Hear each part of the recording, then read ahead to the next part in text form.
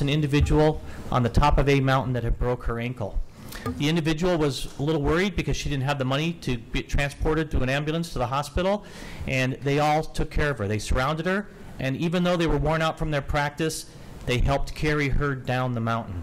And we want to recognize those outstanding 11 students and their coach for making a difference and showing that you guys truly care.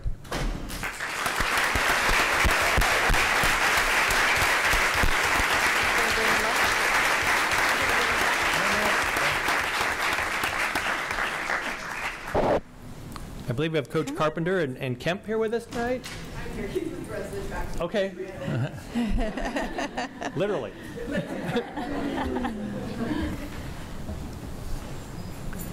Great work. Provide you the certificate.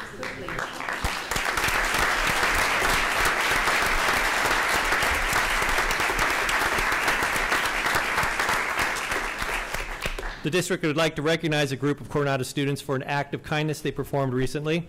Coronado track coaches Jeff Carpenter and Courtney Kemp recently took a group of 11 Coronado student athletes over to A Mountain in Tempe for a workout. Toward the end of the workout, they noticed a woman sitting at the top of the hill who was in distress from a possible broken ankle. The group jumped into action, immediately carrying the woman down the mountain even while they were exhausted from their own track workout. While many others walked right by this woman, these wonderful students before you did not hesitate to help, and we are proud of their selflessness, and kindness.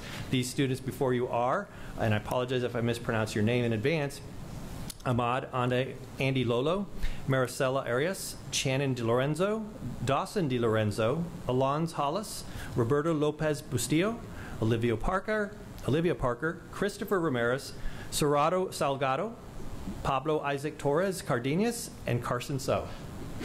Thank you. You all right?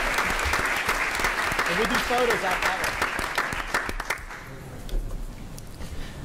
Good job, guys, and keep up the good work. Good luck for the rest of the season. Good karma. Yeah. Next, we have our Mojave Middle School PBIS student-created film that we would like to recognize our students that recently won a national recognition at the annual PBIS Conference and Film Festival that was held this past month. Thank you very much. Can I have Mr. Auspicin, sorry, drew a blank there. And Megan Meyer join me at the podium here? Oh, great. And who's the student? Matthew Brooks. Matthew Brooks. Okay, fabulous.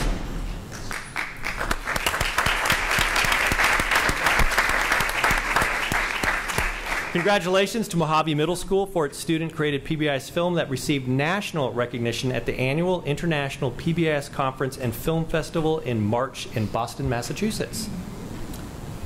Job well done. And we're going to show the film. Okay. All yours. Madam President, members of the board, Dr. Peterson and Ms. Como, Christine Harrington gave us permission to take a sidestep and to recognize Dr. Peterson. So I'd like to invite Terry Kellen to come up, principal of Mountainside Middle School. It was under Dr. Peterson's leadership with our district that we've been studying and talking quite a bit about diversity and tolerance within our district. Dr. Peterson asked Terry and I to run a program with our principals and some of our administrators at one of our principal and administrator meetings. From there, somehow, somewhere, Dr. Peterson found some funding to allow us to run a mini-town camp to serve 135 students and multiple staff members. Terry, if you'd like to share a little bit about the program.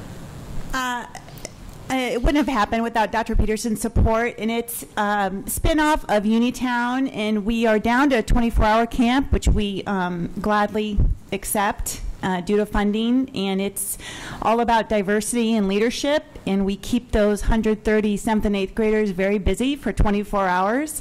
And we have a video to show you, and once again, Dr. Peterson, thank you so much.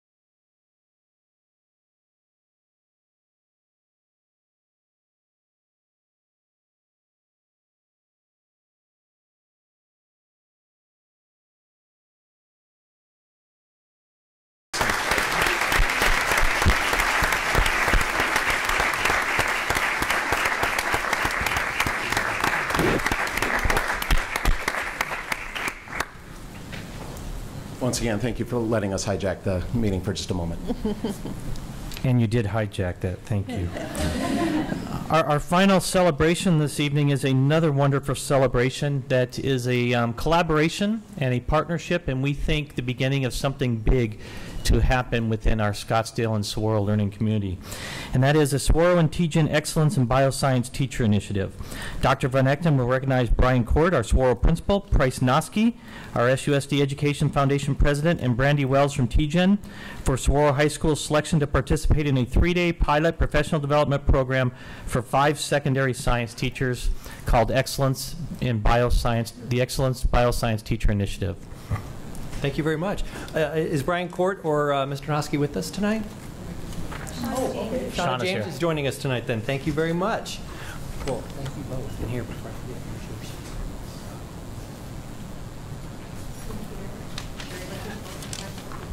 Absolutely. Hold on. Let's read this. The district is excited to celebrate Saguaro High School's selection to participate in a 3-day pilot professional development program for 5 secondary science teachers called Excellence in Bioscience Teacher Initiative. The program will be delivered by the Translational Genomics Research Institute, TGen, a nonprofit organization in Phoenix dedicated to conducting research and equipping future generations with the ability to make life-changing discoveries. The participating teachers will be immersed in a series of presentations, discussions, and experiences during the program that will help them teach and guide the scientists of tomorrow. SUSD would like to recognize Brian Court, Principal of Saguaro, Price Noski, SUSD Education Foundation President, and Brandy Wells of TGen for their work on this project.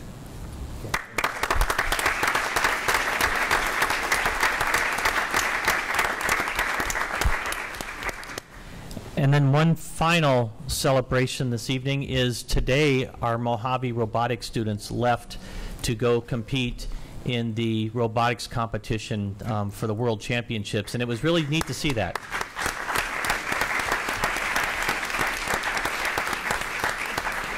It was funny, our Coach Bert sent a photo from the airplane, and all the kids were on there, and wouldn't you know, the kids that were with their arms in the air holding up the emergency placards for how to evacuate the airplane were our robotic students. So our robotic students go all the way. So we wish them luck as they compete in the World Championships.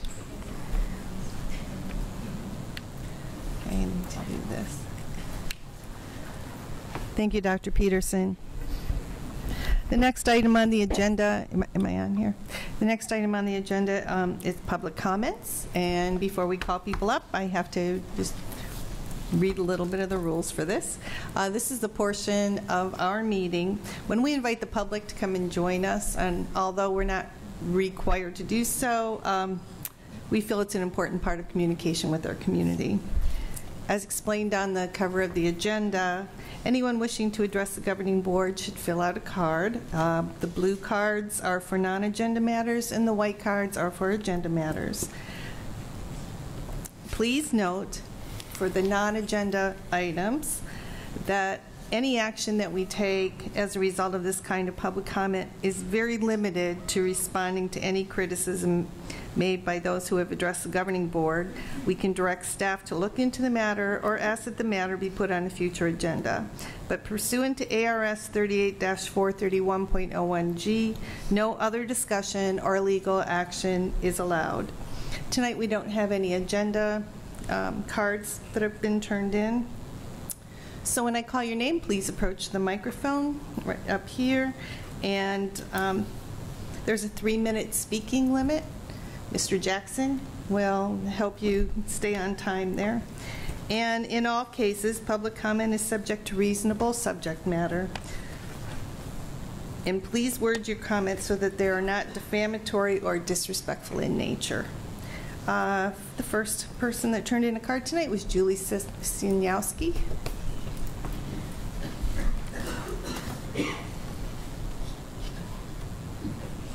Hi, good evening. Thank you for the opportunity to address you, Madam President, board members, Dr. Peterson, and Mrs. Como. I have a concern regarding the morale that exists within the teaching population at SUSD. I cannot tell you how many teachers I know who struggle to make ends meet. Many work multiple jobs and must take on any school-related paid duties to assist in generating incomes. It's extremely disheartening to realize that in this day and age, I could not support myself and my 2 children well without my husband's income, even after being in this profession for over 23 years. I know the budget issues we're faced with are complex, but other neighboring districts contend with similar issues and have different outcomes. Chandler Schools, for example, recently ponied up $2,300 to the base for all certified staff members next year. Scottsdale claims the best they can do is a 2% pay increase. This increase comes out to about $55 per paycheck for me, and that's before taxes. I don't qualify for the much talked about horizontal increase, as I have been all the way over on the pay scale since joining this district. I realize focusing in on the horizontal pay issue is the cheapest way to offer pay increases to some teachers, but it's only to some, not all. Not the typical veteran teachers. Many of us have been stuck and pretty much remain stuck. Also, our salaries have been frozen for a handful of years, as you know, and this means for a lot of us, month-to-month income stays the same as expenses go up. It also means less earning capacity in retirement. And have you thought about the elimination of the Career Ladder program and what it means to our teachers? With this program phased out, this means earning potential continues to plummet thousands of dollars each year. How are we going to supplement this? If Scottsdale Schools is planning on continuing to attract and retain quality teachers and being competitive with neighboring school districts, we need to take care of the situation now and show loyalty to those who have weathered the storm and stuck it out with SUSD.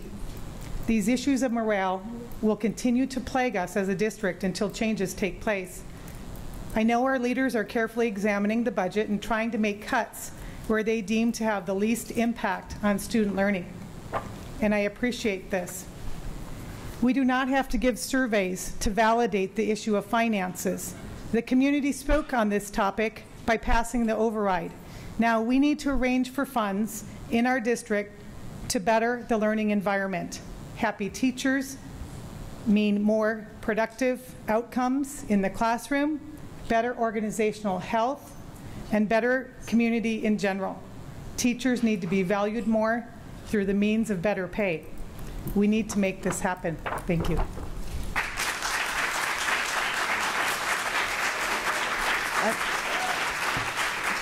Thank you. Next is Nancy Cantor.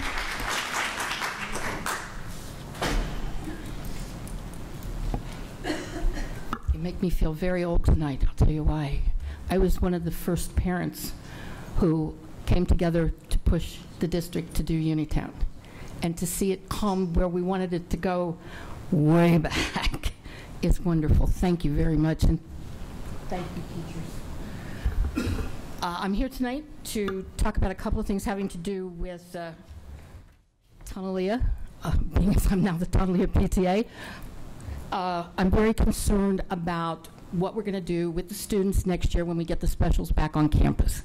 We know that there's some portables sitting over at the old Tunalia, and we're hoping that we can get those moved to the new campus. And I think the sooner we can do that and reassure the parents that we're going to have those programs and there's going to be space for them, it will reassure our teachers too. So we really would like the district to get on that.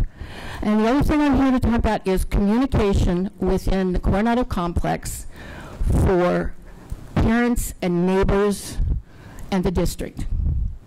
Some issues that came up at the beginning of the year revolving around the resource center have given rise to a lot of questions, and some of those questions were never answered. So the community asked, and I put my other hat on, I'm here from the Scottsdale Coalition, asking that maybe a meeting could be set up, even here, informal, and have some of the questions that the community brought forward then answered, and if there are any questions that they have now, to reassure them as to what's going to happen with the Tunalia campus. Thank you. Thank you. Then the next person up is Jim Heather.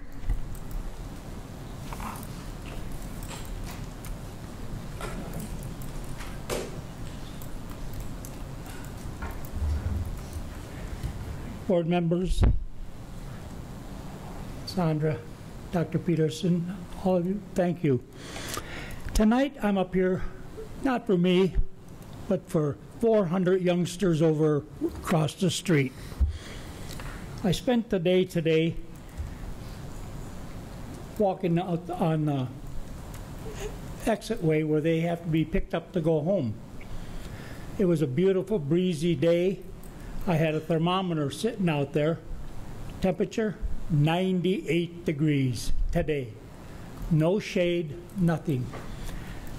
What I want to propose to you tonight and ask you, what we want is about $500–600 is going to cost. I talked with Kyle, and we figure we're using PVC piping and sunscreen. We can make a nice walkway down there, and these kids can stand there and not have this heat. It's not going to be a permanent deal. It just really is a wonderful thing to sit in there. The other thing that bothers me is I find out that these teachers, if they stay late at night, they're walking out into a black parking lot. There's one little light back there. I don't know if any of you have been back there, back where the ballparks, where the Coronado is. It's dark.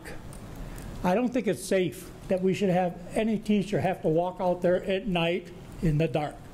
Or if they want to get there early in the morning to get their lessons plans going for the day, it's dark. So I think we need to look at some lighting out there.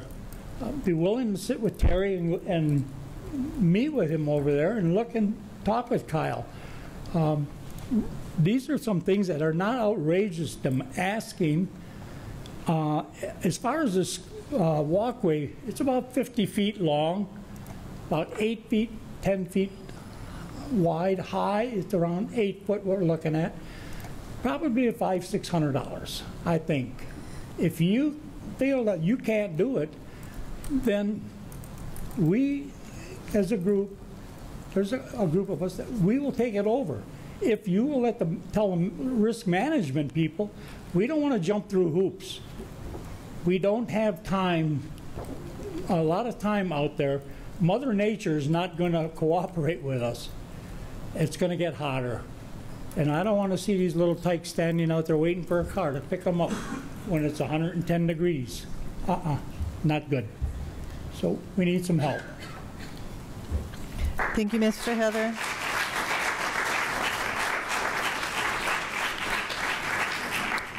The next item on the agenda is superintendent comments. Dr. Peterson. Thank you, Madam President, members of the board, and our public. A few comments this evening. First is Arizona merit testing is underway in the state of Arizona and Scottsdale schools. Our teachers have done a great job with implementing the new standards, and our students are well prepared. Thank you to all of our teachers, counselors, and staff who have worked hard to educate and prepare our students for the new assessments and for being patient as the process continues. The testing has been going on, and so far it's been going very well. So we appreciate all the planning and effort and assessment support that we've been able to give our students. They're doing very well. Next, I'd like to just announce the Supai's new garden. We'd like to thank everyone who helped Supai Middle School with their new organic garden. It was dedicated last week at a celebration attended by Scottsdale Mayor Jim Lane. I'd like to especially thank the Supai principal, Shelley Hillman, and the students who helped clean up, plant, and water the new garden, and to Tammy Kennedy, the Supai counselor who led the project. So good job, and if you get a chance, please stop by Supai and see that new organic garden. They're pretty proud of it, and we think some good things are going to come out of it. Next, the Charles Foundation events. We would like to congratulate our Charles Foundation Outstanding Educators and the High School Students of the Year. They will be honored by their peers and the community at the 30th Annual Outstanding Educators and Student Awards Banquet coming up on Friday, April 24th. I would next like to just share that today we received notice, and I'm proud to announce that we were officially recommended for accreditation through Advanced Ed for our Scottsdale Online Learning Program. At our exit interview, the meeting with Advanced Ed staff, they shared with us that our scoring in all 3 domains, that's all the areas that comprise accreditation, outperformed all of our peers nationally. We were commended upon achieving and exceeding in all these areas. And there were 6 areas that they felt we had powerful practices that we should be sharing as a model to develop other people's programs. So good job, our Scottsdale Online Learning, Chris Thuman and his crew.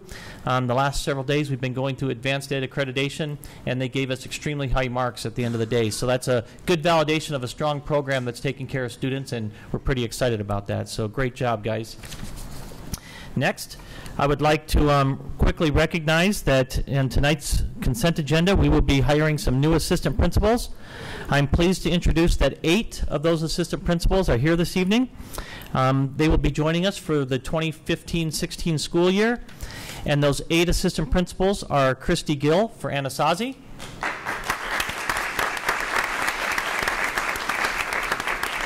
Nancy Wilkinson for ANLC, Cassandra Hawk for Hohokam, Brooke Williams for Laguna, Jennifer Waldron for Redfield,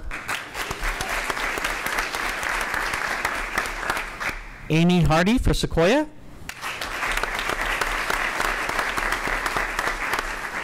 Molly Cassidy from Tonalea, and thank you, Molly. Molly made the drive all the way up from Nogales this afternoon to be here with us. And then finally, we have Elizabeth Karan Sikora, the Coronado Assistant Principal. We have one more assistant principal that we'll be recognizing at our May board meeting, and that's Erin Cadera for Navajo, and we'll be recognizing her then. Also, on the heels of our new assistant principals, we have Assistant Principal Week. This week is the National Assistant Principal Week, and we would like to recognize and thank all of our assistant principals for all they do to support the district. To all of our incoming and current assistant principals, thank you for all the work you do and the support you have for our students. Thank you and congratulations.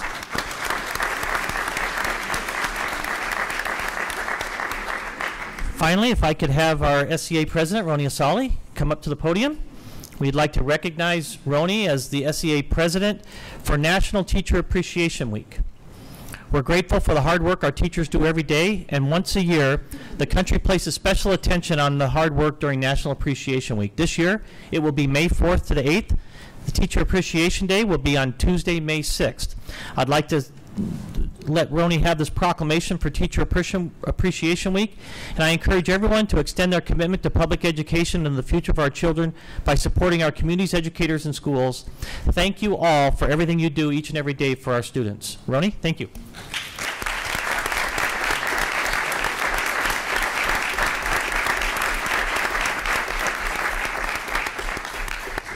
And believe it or not, on this week, we have 4 weeks left of school.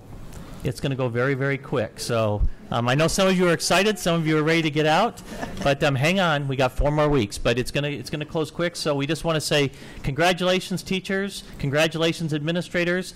Thanks for a great year, and let's finish strong.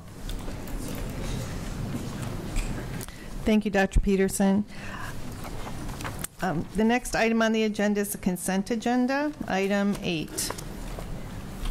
Do I have Mrs. Kirby? Thank you. I'd like to pull for discussion item N as in Nancy, approve the issuance of a request for proposal for nursing services, and item O, approve the renewal of contracts. Do we have any other requests? Okay, then I'd like to make a motion to approve the consent agenda minus.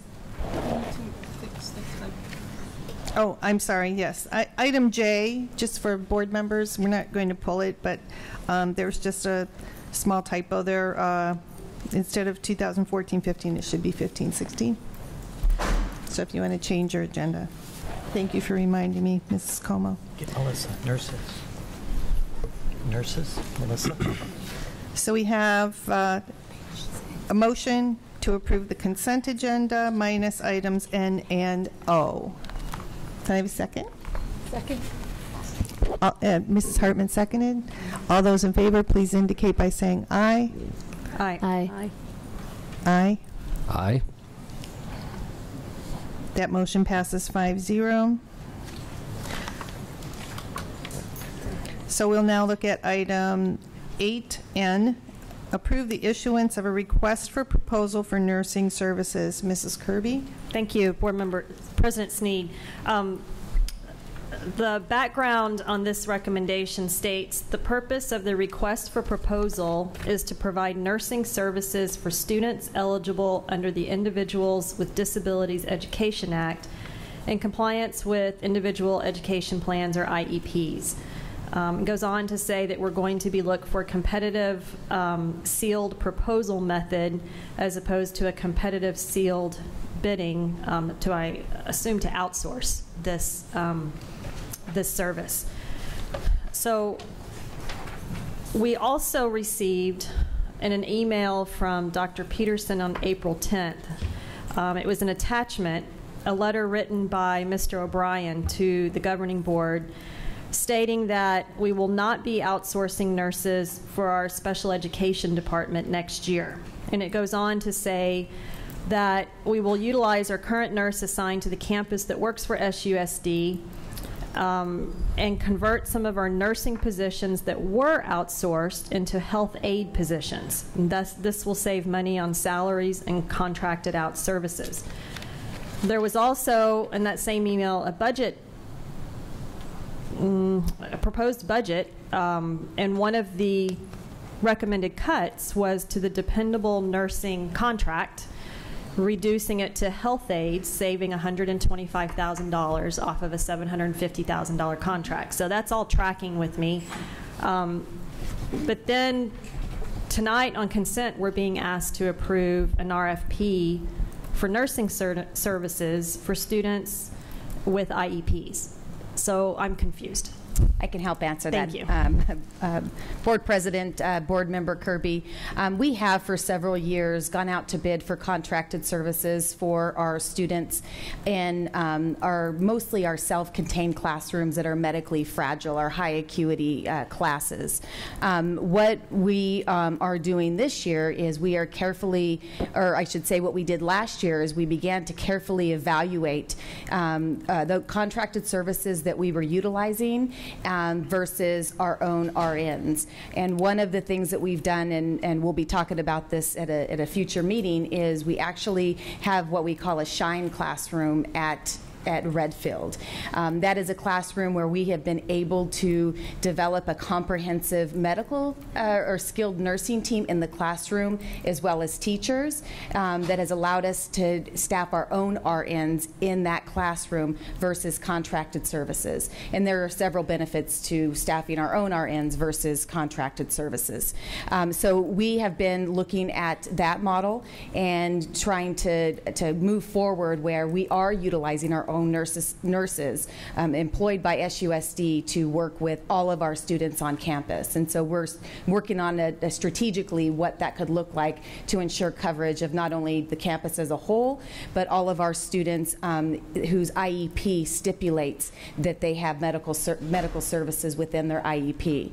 The reason that we are going out for bid again is on an as-needed basis. So there are times right now where an RN may be out, whether it is in the health office or within the classroom of a medically fragile classroom, in which we have to call in a substitute nurse. Even though we've tried very hard to have a pool of nurses, there are times where we don't have an RN, and thus we would be in violation of the IEPs, because we have to make sure that each student where that stipulates medical services in their IEP get it each and every day. So this one, we do not anticipate the amount of contracted services as we have done in the past. In fact, we've been decreasing that this year, and this is again on an as-needed basis only. And the scope of services that I have written for this contracted services states just that.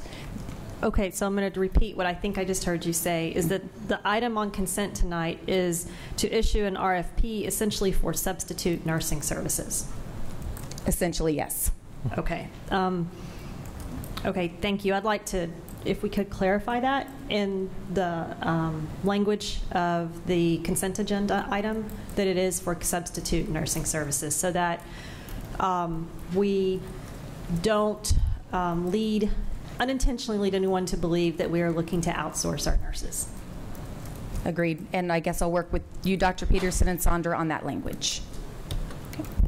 We've added it right now, that the recommendation is the governing board approve issuance of a request for proposal for contracting nursing services for substitute nurses. Great. Okay. Thank you. And Mrs. Hartman, did you have some? Okay, I have you down as looking for it. And I just had a question, just procedurally, Mrs. Kirby, if you have brought this to anybody's attention before the meeting, that maybe it could have been done for all of us before the meeting? With all due respect, President Snead, I've done that for about 4 years, and I find it more effective to ask the questions in public.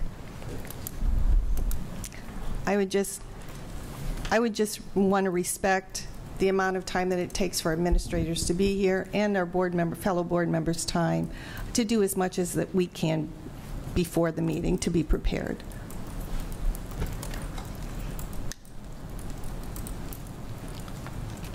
So would you like to make a motion on item 8N? Sure. I move that the governing board approve the issuance of a request for proposal for contracted nursing services For substitutes. And do we have a second? I'll second it. All those in favor, please. Oh, Mrs. Hartman, did you? They reversed the buttons from last time, so fun over here. the closest one to you is request to speak, and the one in the back is your microphone. Takes your microphone live. Okay. So all those in favor, please indicate by saying aye. Aye. Aye. Aye. Motion passes 5-0. The next item on the agenda is 8O, approve the renewal of contracts. Danny. Thank you. I pulled this item because on page 70 of the consent, there's a multimedia advertising contract to Times Media Group, Raising Arizona Kids, Arizona Family, Executive Business Services, Clear Channel Radio, Clear Channel Outdoor, and it caught my eye because it's for $500,000. So I went back to look at last year when we approved this contract and what the amount was, and I saw that it was for $50,000. So I'm asking, why the incremental $450,000, and where did we find that money? Thank you, Madam President, Board Member Kirby. Looking at it here and pointing that out, it most likely is a typo. We don't plan on using that large of an amount. We use that for limited purposes for our marketing department when we do some mass advertising and some mass mailings. So I will verify with staff, and we can bring that back with a correct amount that we believe we will use. Okay, so bring it back at the next meeting? Yes, ma'am, we can do so. Okay, I'm good with that. Thank you. So would you like to make a motion then with approval with amendment for the rest of it? I'm not sure what the motion would be because it's my understanding that staff would like to do some research and tie things up on there and then bring it back at the next meeting. Mr. O'Brien, would it be better to just pull that one portion and approve the rest? Madam President, Board Member Kirby, if you would just like to pull that one line item, we do have several items on that agenda list that we need to start working through. So if we want to pull the one agenda item, we will bring it back after we do the research and get the answers to the questions that have been asked. Okay, so when you say the agenda item, do you mean the entire agenda item or the entire list or just number 13059? Just that number, yes, Okay. just that one.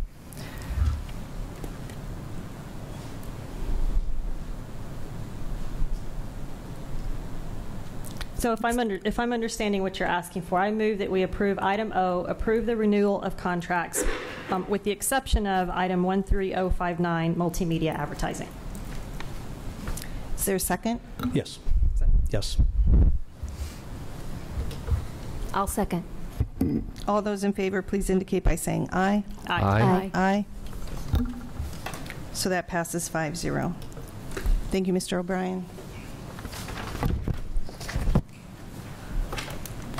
The next item on the agenda is item 9A, a staffing update.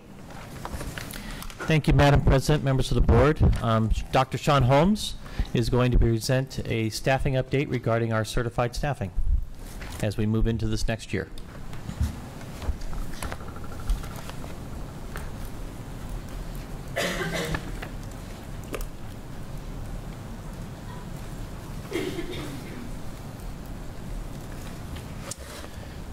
Good evening, Madam President, members of the board, Dr. Peterson and Sandra.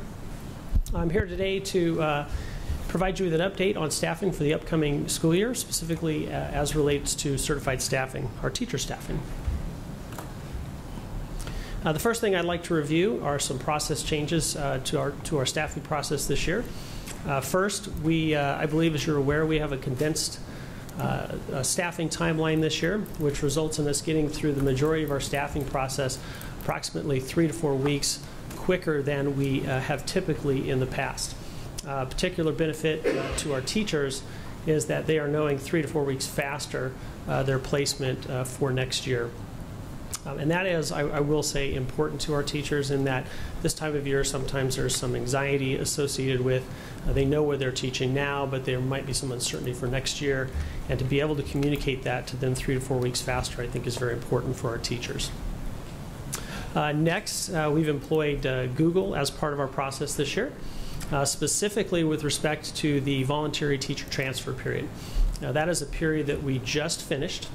It runs for 3 weeks. And in that period of time, teachers have the opportunity to apply for and transfer to other schools and other positions within our school district that may better align with where they're at in their life or their career. So in the past, we have published that electronically using Microsoft spreadsheets, which have been great, except for they're not timely. Generally, just as soon as we publish them, they tend to be out of date as transfers are made each and every day. So what we did this year is we put everything out on Google in a way that the updates to the vacancies that teachers could have access to, availability to, were done in real time. So we think that that has been an important change with respect to providing our teachers with some transparency around the staffing changes that are going on around the district during that time.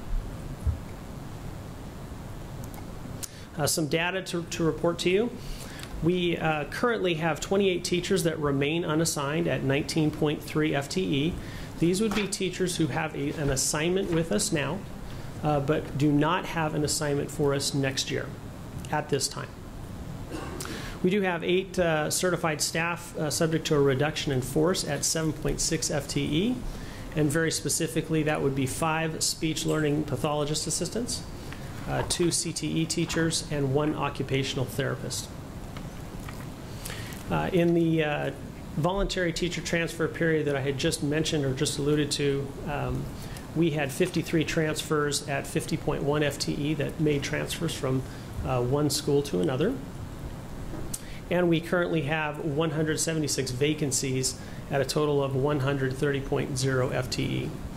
So I'll pause right there because I'm sure some of you might be doing the math to say, wow, there's a big difference between the number of unassigned teachers we have and the number of vacancies that we have, to the tune of approximately 110 FTE.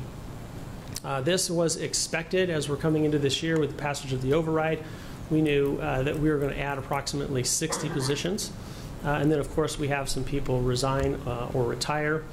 And then not reflected in there would be the number of positions that are currently being filled by 6 FIS contracts. So that number, I think, tends to be fairly stable from year to year, the number of the amount of FTE that are on 6 FIS contracts. This year it was a little less than 17 FTE. So we have also, knowing that we are going to be busy hiring teachers, we have engaged in recruitment, and we've held a couple of job fairs this past winter, and we're successful in finding 40 great new teachers that we intend to employ, and they have letters of intent to employ out, and have responded indicating that they do in fact wish to join Scottsdale Unified School District this year. So we've got a really good head start on filling those vacancies. Next steps. We have our first unassigned teacher placement meeting this Friday. At this meeting, the teachers that I reported are currently unassigned. We expect to place them in available positions this Friday. We'll do the best that we can to match them with preferences they have that are aligned with their certification and expertise. Once we get all of our internal teachers placed, we will then move to place those that we've provided with letters of intent to employ.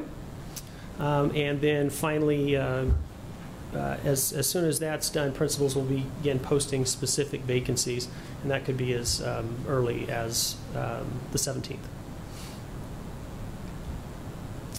And then finally, contracts for teachers. We are anticipating that they'll go out sometime in May, early May specifically. That's our target. That's a little bit faster than we've done in the past. I believe the last 2 years they've come out right towards the end of the school year. This year we're going to try to get them out right at the beginning of May, and I think teachers always appreciate them getting them sooner than later, so that's a good thing. And that will, as a reminder, teachers will receive a 2% pay increase with the passage of the override. A couple of caveats just to make sure, for clarity's sake, that it would be separate from the state reduction in career ladder monies that will impact some of our teachers. We all know that the state has been phasing out career ladder, and they'll do their final phase out this year. And that doesn't include the pay increase associated with horizontal movement that some of our teachers will receive. And specifically, just for clarity's sake, that would be the group of teachers that applied for over the past 3 years horizontal movement and received the one-time stipend in October. Yet to be determined are those that applied for horizontal movement on March 1st, of which all of their paperwork is due in by June 15th. Questions?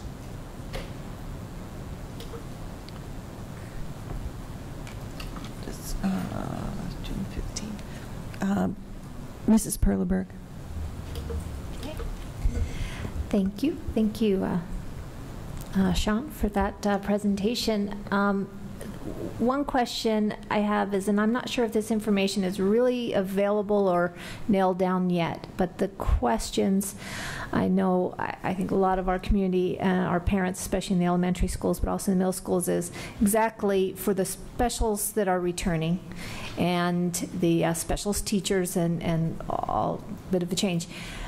Do we have that picture yet of the schools that will be sharing a teacher, that somewhat rather complicated flow of teacher hours here and there, and how many schools they are? Has that all been mapped out yet? And if not yet, when will we know that and maybe be able to share with the community how spread out these specials teachers and the reinstated programs will be exactly? For the most part, we do have it mapped out, and principals are aware of that map. Okay. They've had access to that information. Specifically with respect to art, PE, and general music, in most cases, those teachers will only serve one school. You may be alluding to band and strings, and in those cases, teachers will serve between 3 and 4 schools, depending on their specific assignment. Okay. And you said that's already done as far as the band and strings, or is that all still being kind of formulated? That is mapped out. That's all mapped out, and our principals know and able to share it with the community. That has all been communicated with our principals, correct? All right. That's terrific. Thank you. Mrs. Kirby. Thank you for your presentation. To piggyback on what Board Member Perleberg was asking, can you tell us tonight how many FTEs are being added to restore elementary specials? I would really want to double check that number. I would hate to give you a number that's a guess, but I can give you a guess. When do you think you might be able? Could we talk about that on May 7th? Yes. Has anybody asked you that question during the week? No. Okay. Has anyone asked you that question anytime during this budget season? I believe that came up approximately a month ago, and I believe we were thinking that was somewhere in the low 30s. Okay. Low mid 30s. Okay. We have to be honing in on a firm number if we're ready to issue contracts in early May. So I would like to get a firm number on that. By the same token, what about a firm number on band and strings FTEs? I don't have the firm number on band and strings. I certainly can access that and get that to you. The placements have been made. I just don't have the firm number on that particular aspect of staffing. Okay, because what I'm looking for, and when we did talk about this about a month ago, I mentioned it, and I mentioned it at the last board meeting when we talked about budget, is a very clear picture of where the override dollars are going. Board Member Perleberg's looking for the campuses, the sites. I'm looking for just how many FTEs and how many dollars are attached to them. Okay. Okay, and then along those same lines, again, I'm looking for how many FTEs are we adding to reduce staffing ratios. I almost said class sizes, I caught myself. Staffing ratios by 3. And how many dollars are attached to that. Because I really want to be able to take our override dollars and clearly demonstrate to the voters and to our stakeholders that we are investing those dollars exactly as we proposed back in November. Okay, thank you. So I want to talk 6/5 contract a little bit. Sure. What's our district position? Because it's been suggested that 6/5 contracts, if we expanded the use of those, and I want to just get feedback of what's our position on 6/5 contracts in general. Okay. That might be a good way to address some of our vacancies and at the same time increase salaries for our teachers. It's a very complicated question. I don't really expect you to answer all that math, but I'd like to just get your thoughts on what has historically been the district's position on 6/5 contracts, because I think you mentioned how many FTEs we have this year, and I missed that number. It's a little under 17. 17. 16.8, I believe. So that would suggest to me that not very widely used as a tool in the district. And I'm wondering if that's as a result of budget cuts or if that's intentional. Maybe it's a result of our TEA agreement. Just looking for some Sure, Board Member Kirby. The 16 point, I'm doing the math in my head really quickly here. I think that is actually like about 80 plus teachers that would be impacted by that. Okay. So that's actually quite a few. And the math on that is 16.8 divided by 0.2. That's how many teachers would be impacted by that. So I think that's a fairly good size number of our teachers. The district doesn't have an officially stated position on 6/5 contracts. It's something that we have agreed upon in our teacher employment agreement that is something that teachers may do. They may give up their prep period and work an additional class to be compensated in the amount of 20% of their contract. So that said, I would say that yes, that is a tool that we've used to fix deal with some staffing problems. I can think off the top of my head, there's a couple of high schools where we have quite a few, especially in the area of science and our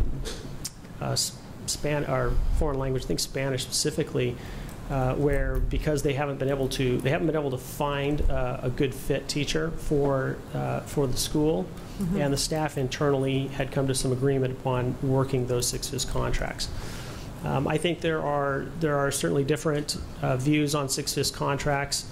As in my experience professionally, not just my own self, I actually did work a 6/5 contract at one time myself, and also principals will have different views of 6/5 contracts. One certainly being that that's an opportunity for teachers to increase the amount that they earn. Another is that can be fairly taxing to teach 6 classes a day without a prep period. So those are a couple of the talking points that typically bubble up when 6FIS contracts are discussed. So it's I guess a couple of things would have to line up. You'd first have to have a teacher who is interested in it and pursuing that. You'd have to have the opportunity, the need at that particular site to pursue that. Correct. And then you'd have to also have a principal that supported the opportunity or the need and wanted to move that direction. Correct. But if those moon and stars lined up, then that lever, that tool is out there for a teacher to increase their salary by pursuing this, and for us to fill our vacancies with an existing headcount that doesn't come with a whole nother set of benefits, et cetera. So it might have some cost efficiencies associated with it if we could expand the use of it. But I do understand that certain things have to line up quite perfectly. Yes, there are, and I can tell you again from my own personal experience and talking to colleagues, talking to principals. Sometimes you will have situations where a teacher very much wants to work a 6FIS contract, and we do have some teachers that work 6FIS contracts every single year. There are also circumstances in which it's not necessarily ideal for anybody that might work a 6FIS contract. They might not necessarily want to work that. So it's like you say, this. In some sense, the stars need to align a little bit. Got it. Okay, thank you. And then one last question. The 40 letters of intent to employ, is that the same thing as an offer letter? Or have we already passed that stage? Is that after the acceptance? These would be individuals who have not received a contract, but it is a letter from us stating that we intend to contract them. Okay. Do we issue offer letters as we're interviewing for teachers? Or extend offers of some formal? What I'm getting at is, what's our response rate as we're trying to fill these 181 vacancies? Are we achieving an 80% yes response rate to the offers we're extending? Oh, or that's a great is it question. something less than that? Because I'm trying to gauge, is our average salary having any impact, positive or negative? I can give you an estimate. Just seeing the spreadsheet in my head, I believe that the yes response rate is 85 to 90%, roughly. Great. Okay, thank you for your presentation. Thank you. Mrs. Hartman? Thank you, President Sneed. Dr. Holmes, first, thank you to you and your team for, I understand that there's a lot of work that goes behind this and coming in 3 weeks ahead of schedule. I'm sure the teachers appreciate that, so thank you very much. Thank you. Just question for you. On I believe it was, of the 177 open positions, there's about 110 net that are still open. I wanted to get a sense if, how large is that number in scope compared to what's out in the community? We know there's a teacher shortage. How does that fit into the bigger picture? Are there particular roles, such as, for example, science or math, that are more difficult to attract than others? Are there things that we need to do to attract that type of talent? And then last, I know we've had some tremendous student teachers that have been out at Hohokam and some of the other particular Title I schools, and just wondering where we are in perhaps pursuing those student teachers, and if we're having success with that as well. Thank you. Sure, I'll start at the back of your question, which is to simply say yes. In our job fair, the job fairs that we conducted, we took a slightly different approach to what you might think of as a job fair. We actually had people apply for positions, and then we paper screened and invited people to come employ. So it was not an all-call, it was not a walk-in situation. It was, we scheduled people to come in and employ. As part of that process, we did invite a number of the teachers, which is who you're referring to. to interview, and we did. I don't know the number off the top of my head, but I do know we did hire a number of them. As for some of our hard-to-fill positions, yes, there are going to be some positions out there that I think are going to be challenging. Science is always can be challenging, especially like chemistry can be a tough one. Foreign language immersion, where the teacher has to have dual certification, not only in their content area, but in terms of their language skills, that can be a challenge. And so those are absolutely things that we have our eye on now, and we're working to try to recruit good candidates for. And was there a third? Two items. One is particularly to your last comment. Is there anything that we need to do to attract that type of talent? Because the sometimes more difficult to get talent. And then secondly, just in terms of the overall teacher shortage, yeah, how does that play for SUSD? I will tell you that my experience this past year, there was, I know there was some buzz in the media about the teacher shortages across the valley. I actually spoke with a reporter this fall who inquired about the open vacancies that we have in Scottsdale, and when I gave her the list, she was rather stunned at how short the list was. And this is just my impression, this is not scientific, but my impression is that for whatever reason, we in Scottsdale have had a pretty good time of being able to fill the majority of our positions relative to our sister districts. I've heard some pretty rough stories about other districts having to fill comparably a lot of positions and having a hard time doing that. So I think we fare pretty well in that regard.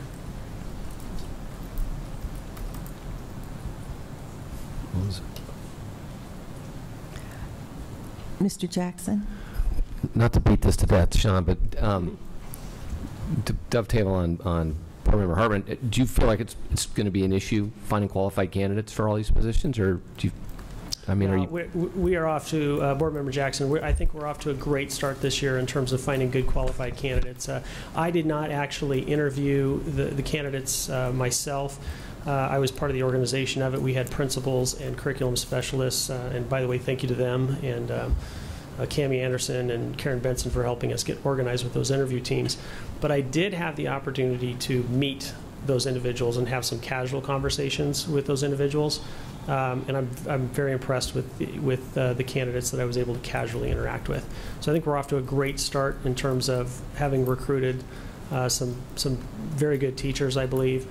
And like I have stated in this presentation, we're very early comparatively for Scottsdale. We're very early in the season, and we're going to be posting earlier than we've ever posted. So I think we're in pretty good shape. Yeah, thank you. And I do want to just say, kind of as a side note, it's just incredibly exciting. 4 of us have been here for 2 years when all we've been doing is, frankly, is eliminating positions. So to actually be hiring teachers is wonderful. So. It's very exciting for me as well. Yeah. To spend much more time on recruiting. Oh, thank you for the presentation, Sean. I want to really thank you for getting everything done early. I know a lot of that depends on when we have a final number for budget. So sometimes we don't even know what our budget's going to be until after the end of the school year. That has happened. So that made a lot of fun. I wanted to thank you for all that, and thank you for all your hard work. I can't imagine doing what you do. My brain just doesn't go to all of that linear stuff where one thing moves and then it moves 6 other things. And I like my I can't even imagine. It would keep me up at night. I just wanted to take an opportunity to say, after having been on the Career Ladder Committee for 3 years and seeing some of the fabulous work that's come through there, I was really hoping that we would be at a position this year where we could start funding our own. And I know that was brought up a little bit earlier during public comment. And I'm really hoping that before I leave the board, that we'll have an opportunity to put together some kind of program of our own, because I think it was really, really worthwhile, and it leaves behind a legacy of great lessons, and it inspires everything that's really good about teaching, and I hope we can get back to it, even if the state even if we have to call it something different and, you know, the state doesn't fund it, I hope that Scottsdale would see a way to be able to do it on their own at some point in time if we ever get a plus in our budget. I participated in that program myself as a teacher quite a few years ago, and would tell you it's a great program. It really is. So, thank you very much. I have no other comments, so thank you, Sean.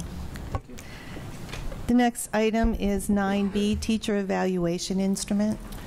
Thank you, Madam President, members of the board. Dr. Sitton will present information regarding our occupational and physical therapist evaluations.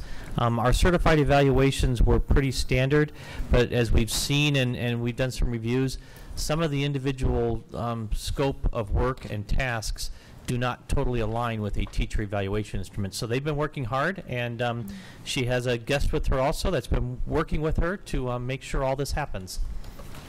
Madam President, members of the board, Dr. Peterson, Mrs. Como.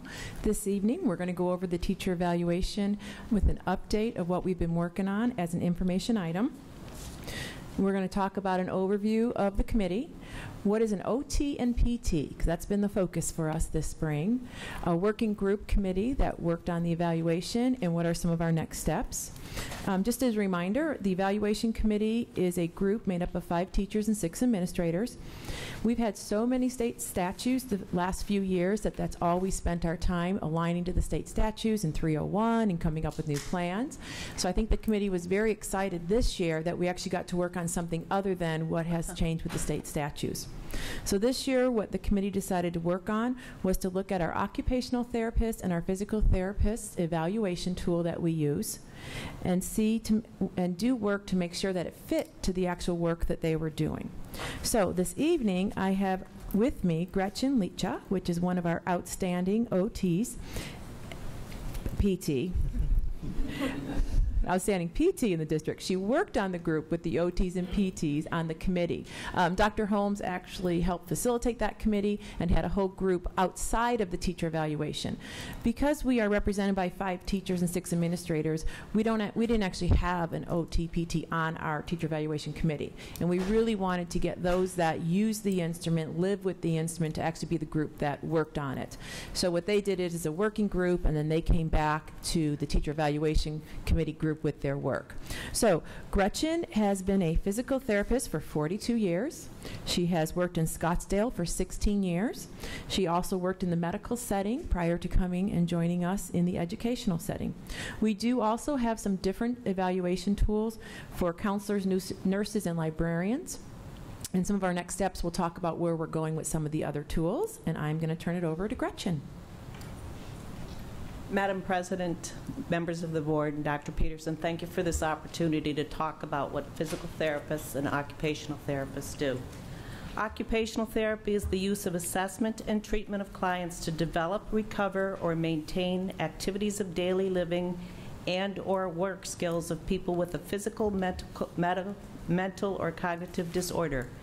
OTs are licensed healthcare professionals who focus much of their work on identifying and eliminating environmental barriers to independence and participation in daily activities. An example of a daily activity for our students is classroom participation.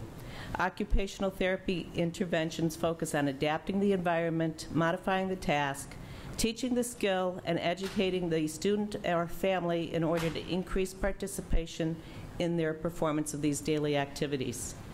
In today's world, entry-level occupational therapists are master-prepared people. Previously, people entered the field as bachelors. They're nationally board certified, state licensed, and they deal in fine motor, visual, perceptual, and sensory motor activities to improve their skills for students. Physical therapists are also licensed healthcare professionals who help patients reduce pain and improve or restore mobility. Physical therapists teach clients how to prevent or manage their medical condition so they can achieve long-term health benefits. PTs evaluate each client, develop a plan, and use treatment techniques to promote the ability to move, reduce pain, restore function, or retard further loss of function and prevent disability. Physical therapists entering the field now are doctorate-level prepared people. a long time ago, the dinosaurs were bachelor-prepared people, but most of us have gone on and gotten our masters at some point. Generally speaking, we work in healthcare facilities, hospitals, nursing homes, rehab centers, private practices, and it may be an acute or a long-term care setting. In the school setting, we are providing evidence-based therapy to special needs children relating the individual needs of the child that interfere with their educational performance. We provide direct interventions to the children, indirect intervention to the classroom staff and the people that are caring for them. We adapt the environment as needed for optimal outcomes and independence across the school campus. We service children in accordance with the IDEA law that was originally mandated in 1974. Who was involved in the working group that looked at the evaluation tool? It was a team of 2 OTs, 2 PTs, and a certified occupational therapy assistant. All of the members of the group have been practicing in their individual fields for at least 12 years. Currently, there's 12.4 full-time equivalent OTs and 3.8 full-time equivalent PTs working in the district. We felt that it was important that the teacher evaluation be connected to what we actually do for the students. Because our training is primarily medically based and follows a medical-based model, we had internships and student placements in hospitals, nursing homes, and medical-based practice. We felt that we needed to adapt our knowledge and our practice base to the educational setting, and we brought a very different skill set to the classroom than what teachers did. In addition to following the district guidelines, OTs and PTs also follow the guidelines of the Arizona Department of Education as defined in the ASTAS documents, each individual state licensing board, and we follow federal practice guidelines. As the group began looking at the evaluation tool that was being used for the teachers and for us, we found that most of it in general did apply.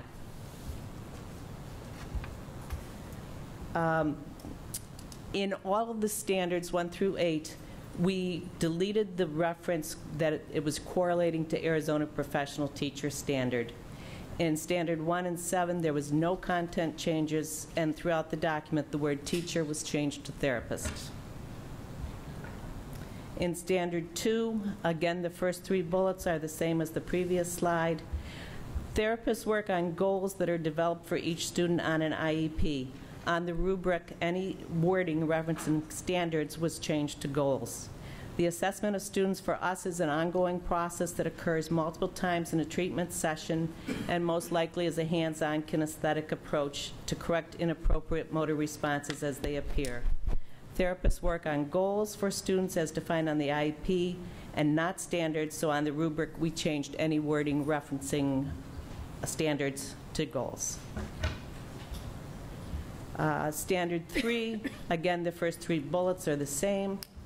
OTs and PTs are likely to use technology that is very different from that which is used in a typical classroom.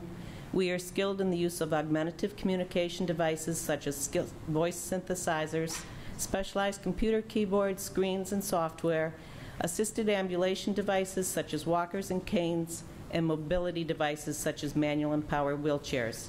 We do evaluations to determine what adaptive equipment is needed and assist in the procurement of this equipment. We then teach the teachers and the classroom personnel how to incorporate these devices into the classroom for the achievement of student goals as it follows in the IEP.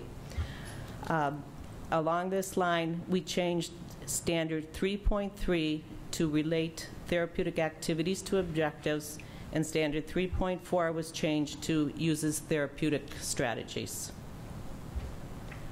In Standard 4, the first 3 bullets are the same. Throughout the document, the word teacher was changed to therapist. Section 4.1, wording where appropriate was added. It discusses communication and immediate communication and feedback with the student, and many of our students are unable to appropriately feedback with communication. Sections 4.4 and 4.5 were combined into one statement that reads, therapy is related to student lives by providing opportunities for students to apply concepts in other situations. For example, a student might use new gross motor skills on the playground or in a PE class. They might be working on fine motor skills in a middle school science lab. And for our high school students who are transitioning to workplace settings, they might be working on mobility skills outside of the classroom setting. In Standard 5, again, the first 3 bullets are the same as what's in the teacher document. Because much of the paperwork that we do regarding our students they receive much paperwork that follows through with what we do with them. Aside from quarterly progress reports that are required, each student suspected of having a disability in a motor area must have a therapy evaluation and an IEP developed that includes the current level of performance, detailed goals, and establishes the amount of time needed to achieve this goal. When it appears as though the goals may not be met, the IEP team needs to reconvene and revise the IEP and the goals. Additionally, we keep treatment logs on each student that we see, outlining what we have done during a visit and the response to their treatment. We additionally make billing application for Medicaid reimbursement. Due to confidentiality issues, we do not know who is Medicaid eligible, so we prepare documents to bill all of the students, and a secretary at the MDA knows who is Medicaid eligible and makes the appropriate referral for the dollar amount on that. In this past year, in the year 2013 to through 2014, $150,000 was collected from Medicaid from OT and PT services. For the school year of 2014 to 2015, as of last week, billing has been made in the amount of $278,000. In Standard 6, in addition to working with students, therapists often interface with campus staff and families. Examples of this include partnering with the RTI teams, the response to intervention teams, to decrease student deficits. We make recommendations to teachers.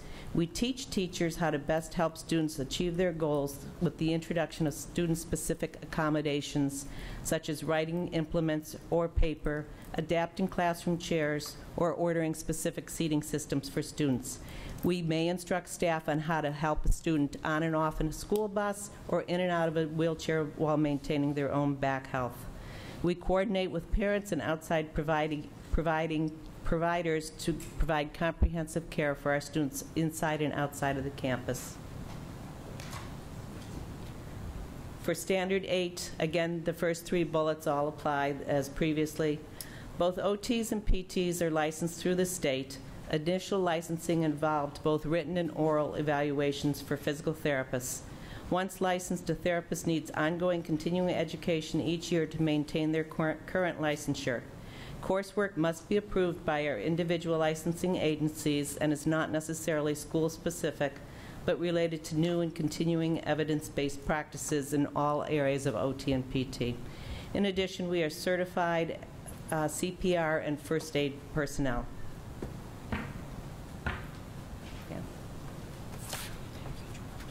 Thank you, Gretchen. The summative evaluation tool that we used did not change the standards at all, so it was still about evaluation, organization, methods that they use. What changed was the formative document with the rubrics that I sent you. So all that detail that the teachers, the OTPTs, their evaluator used to have great conversations about what's going on day to day.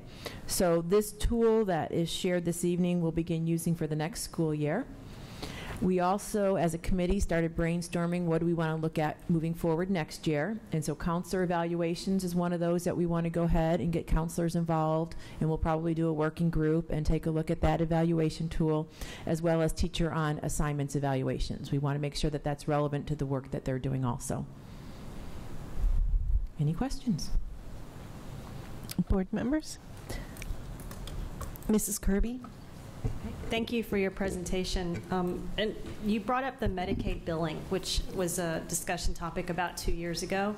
And I'm so pleased to hear the numbers. If I understood you correctly, full year 2013-14 collections was $150,000, and year to date we're at $278,000. We have billed billing. Yeah, We've billed, but we Right. haven't collected. And it's my understanding that the billing doesn't come in a lump. It waves in. Sometimes it may be held up because the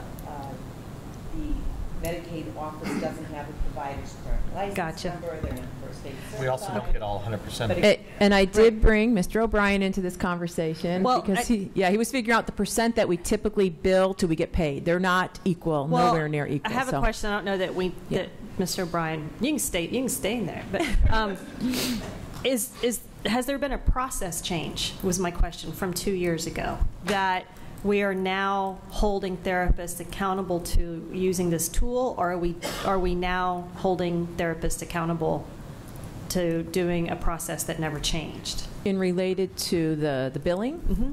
The Medicaid. More paperwork we've required.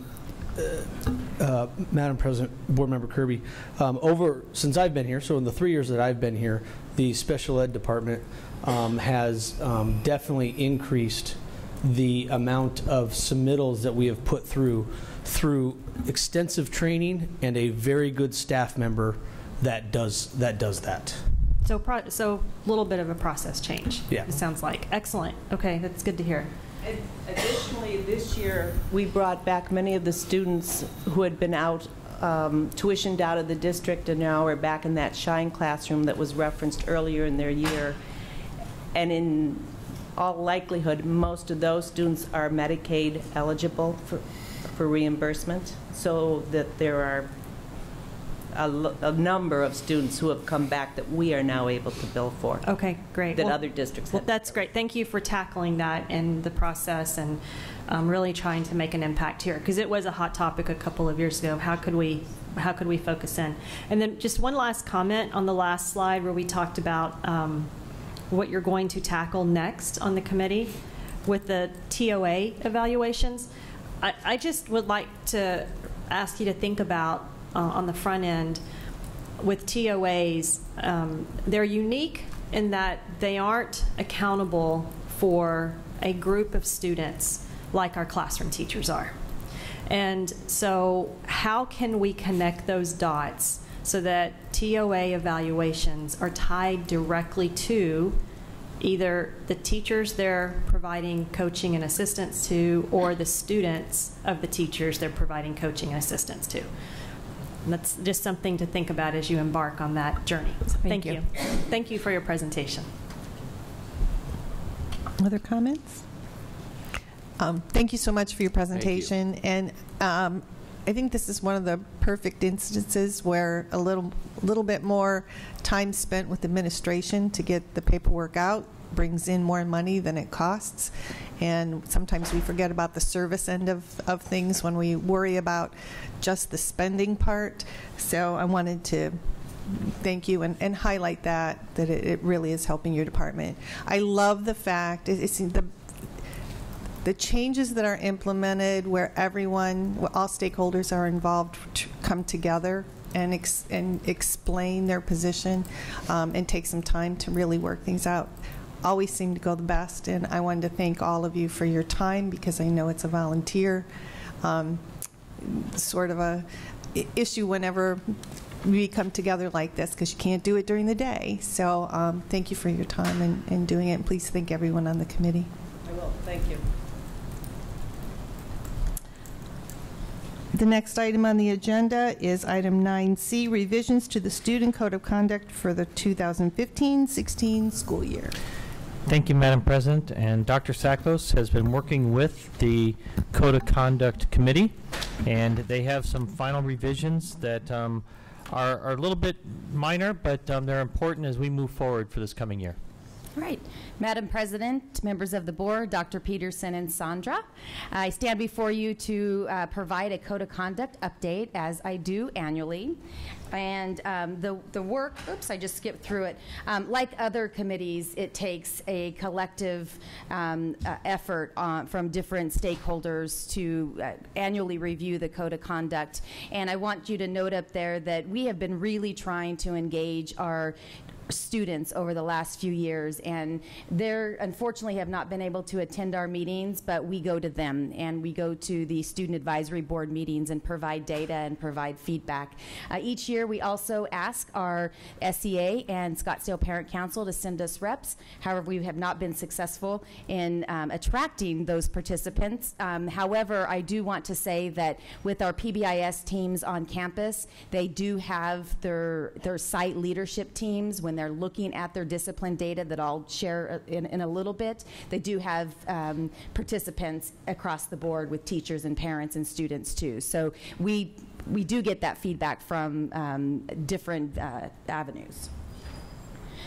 I shared this last year, and I know that not everybody was on the board last year, but I think it's important to note the U.S. Department of Education's guidance on improving school climate and discipline, and how there is a direct correlation to academic achievement and supporting student success. So there's some links on your spare time that takes you to the U.S. Department of Education and walks through our guiding principles, which we have had similar guiding principles for several years, especially as we have implemented and rolled out PBIS and expanded it in our middle schools and our high schools.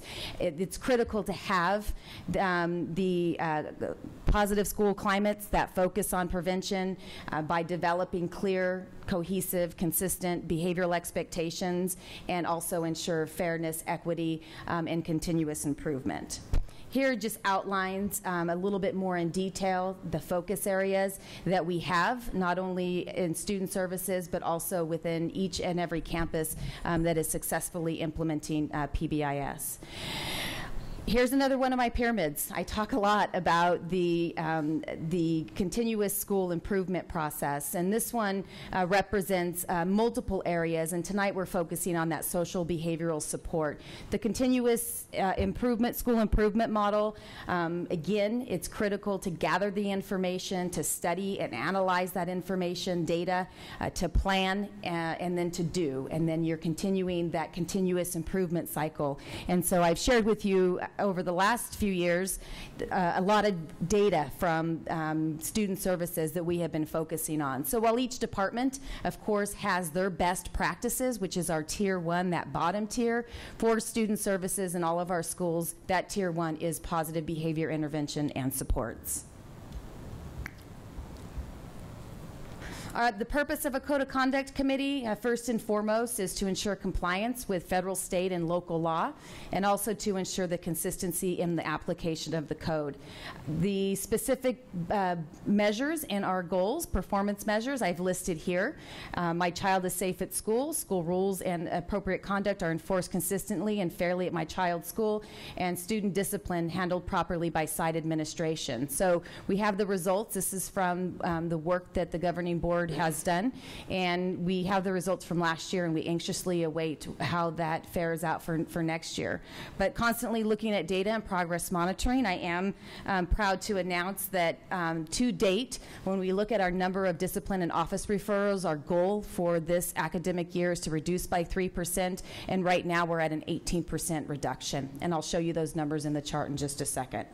So again, here are our goals for the Code of Conduct. Again, utilizing that data to inform systematic interventions, consistency, outreach to our schools, to our families, to our community, and again, expansion of the multi-tiered system, specifically PBIS when we talk about healthy climate and culture on the campus.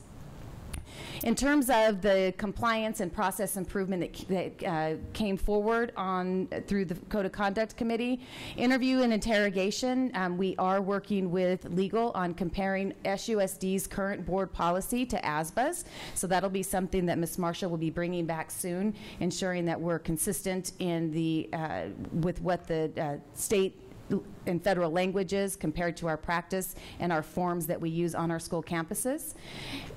Process improvement in terms of electronic referral forms as an efficiency measure for our staff.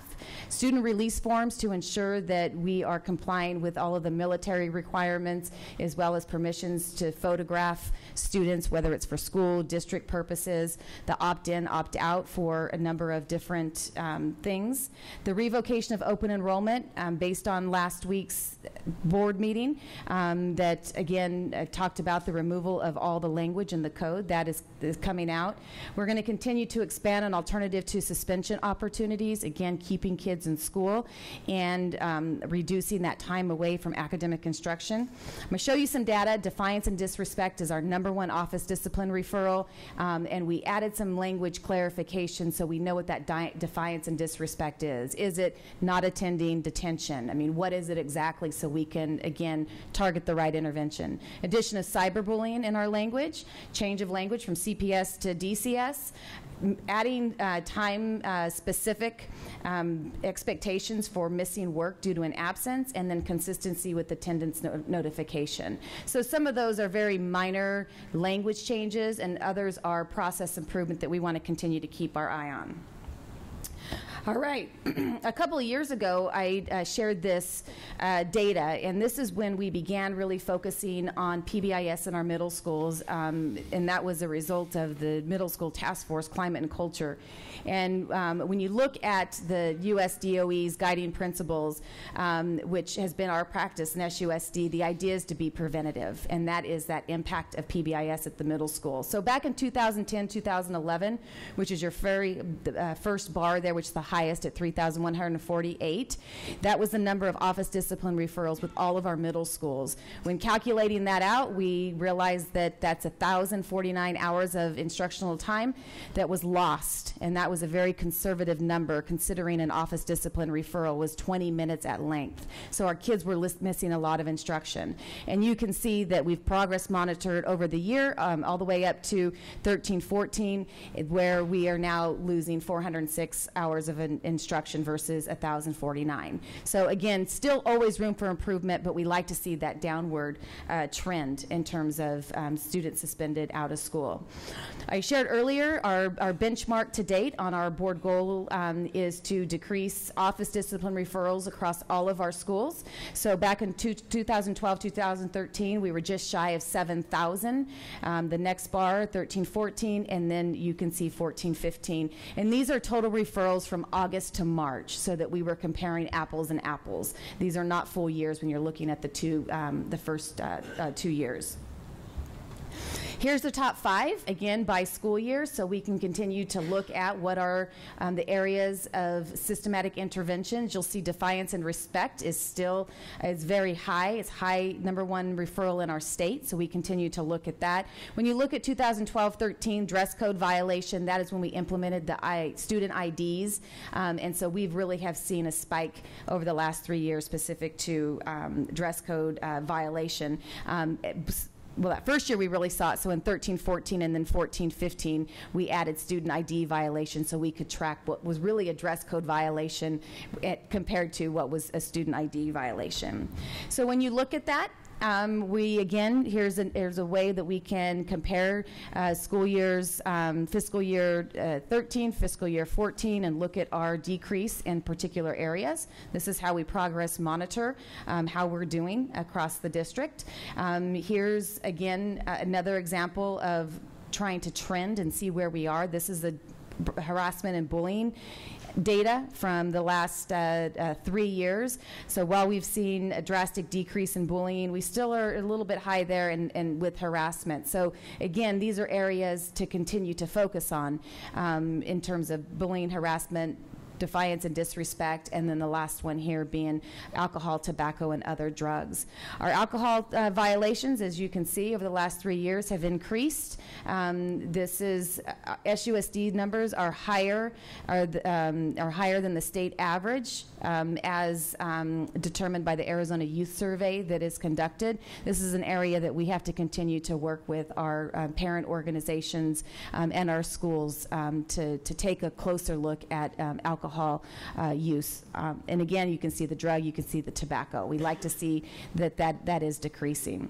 Our multi-tiered systems of support, again, Similar to that 3-tier model that I shared, prevention-oriented, providing high-quality instruction and interventions to match the student needs. So again, the right prescription, if you will, for the difficulty that the students are having.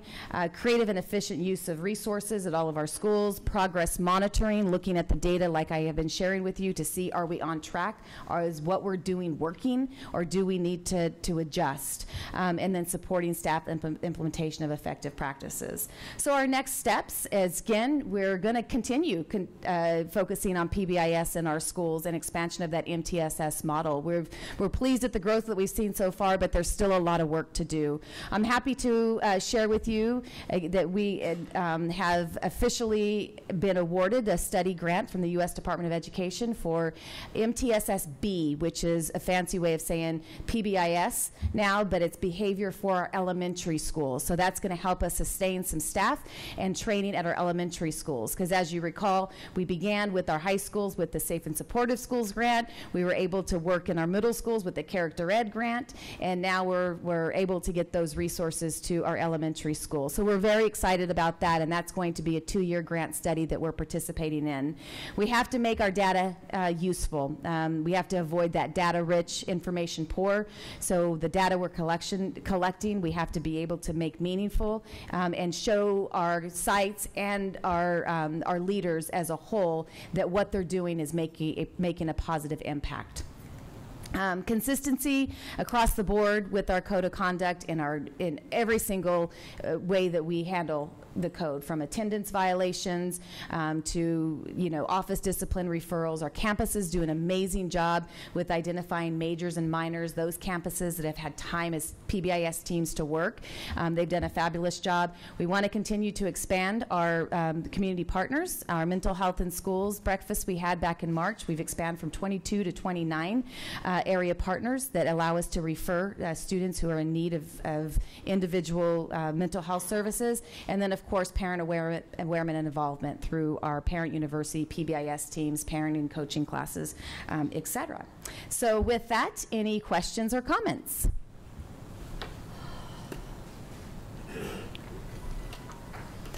Did I go too fast? No, no.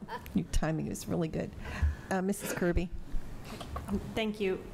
Thank you for your presentation, first of all. And many of our code of conduct violations stay contained and are handled by either the teacher or the AP or the principal.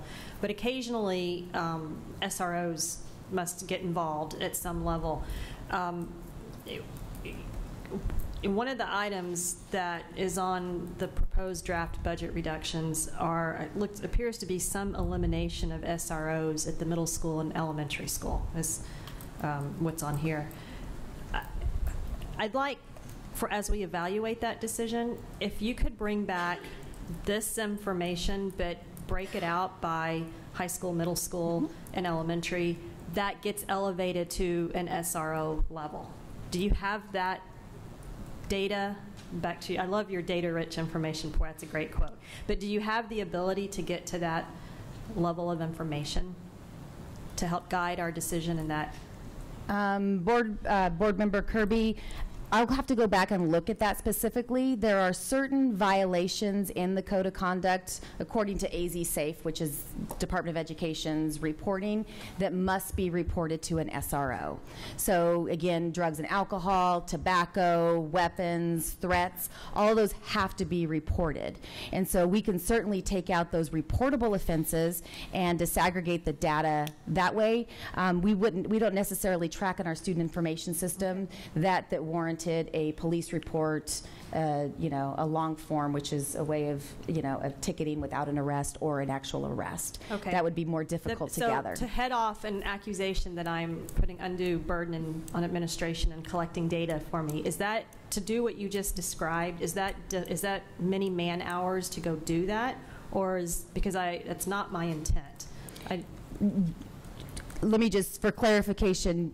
If it is by elementary, middle, and high school, and what we do is tag, like we just tagged, you saw the top 5, so that's just a click of a button, the top 5. So we'd have to go and click the top 10, I'd have to look at those that are specifically, then that is not a lot. If we did it school by school, then that would be a little bit more. But can you do it elementary, middle, and Sure. Perfect. That's all I need. Thank you very much. And also, I think it's important that if an SRO is not there, because sometimes even with the RSOs that we have, they're not on campuses, we call the police department and we have a patrol officer respond to those issues.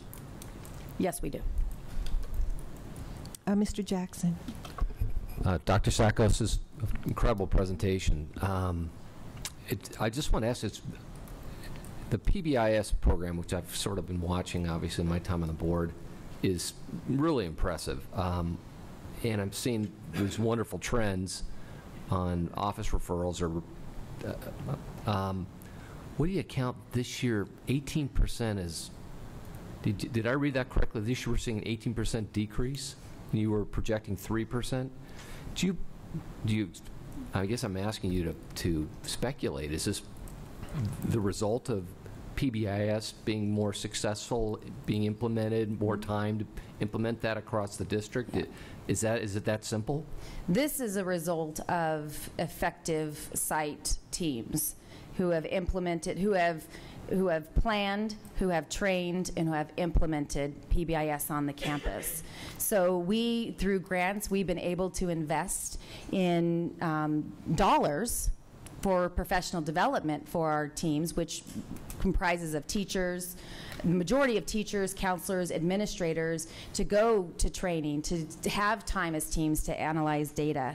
It's very much, the site leadership teams are very much like their own PLCs in that, I mean, it is this recursive cycle of gathering data, analyzing it, being able to implement the right intervention, a targeted intervention for students. So whereas, you know, we would say, let's just do blank program to help our kids be better kids on campus, what are we trying to really help them with? So when you can narrow down your discipline data by school, by grade, and look at, wow, our kids in the 3rd grade are having a very difficult time with physical aggression, then you know that you have to look at all those students and go, wow, we need perhaps spend some time teaching, you know, about keeping our arms to ourselves and that social learning that needs to occur on campus. So it's a lot of time planning, training, implementing, and just great work by our school campuses, frankly. Yeah, no question.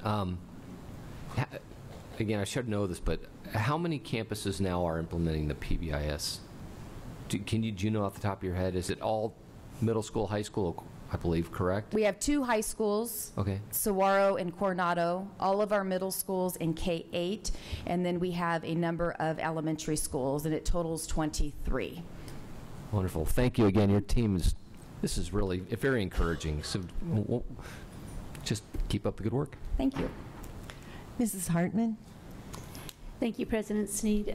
Dr. Sakos, I just wanted to, simple thank you to you and your team and actually the site leadership and the teachers. Not only as a district, we pride ourselves in high academic standards, but it's creating great citizens.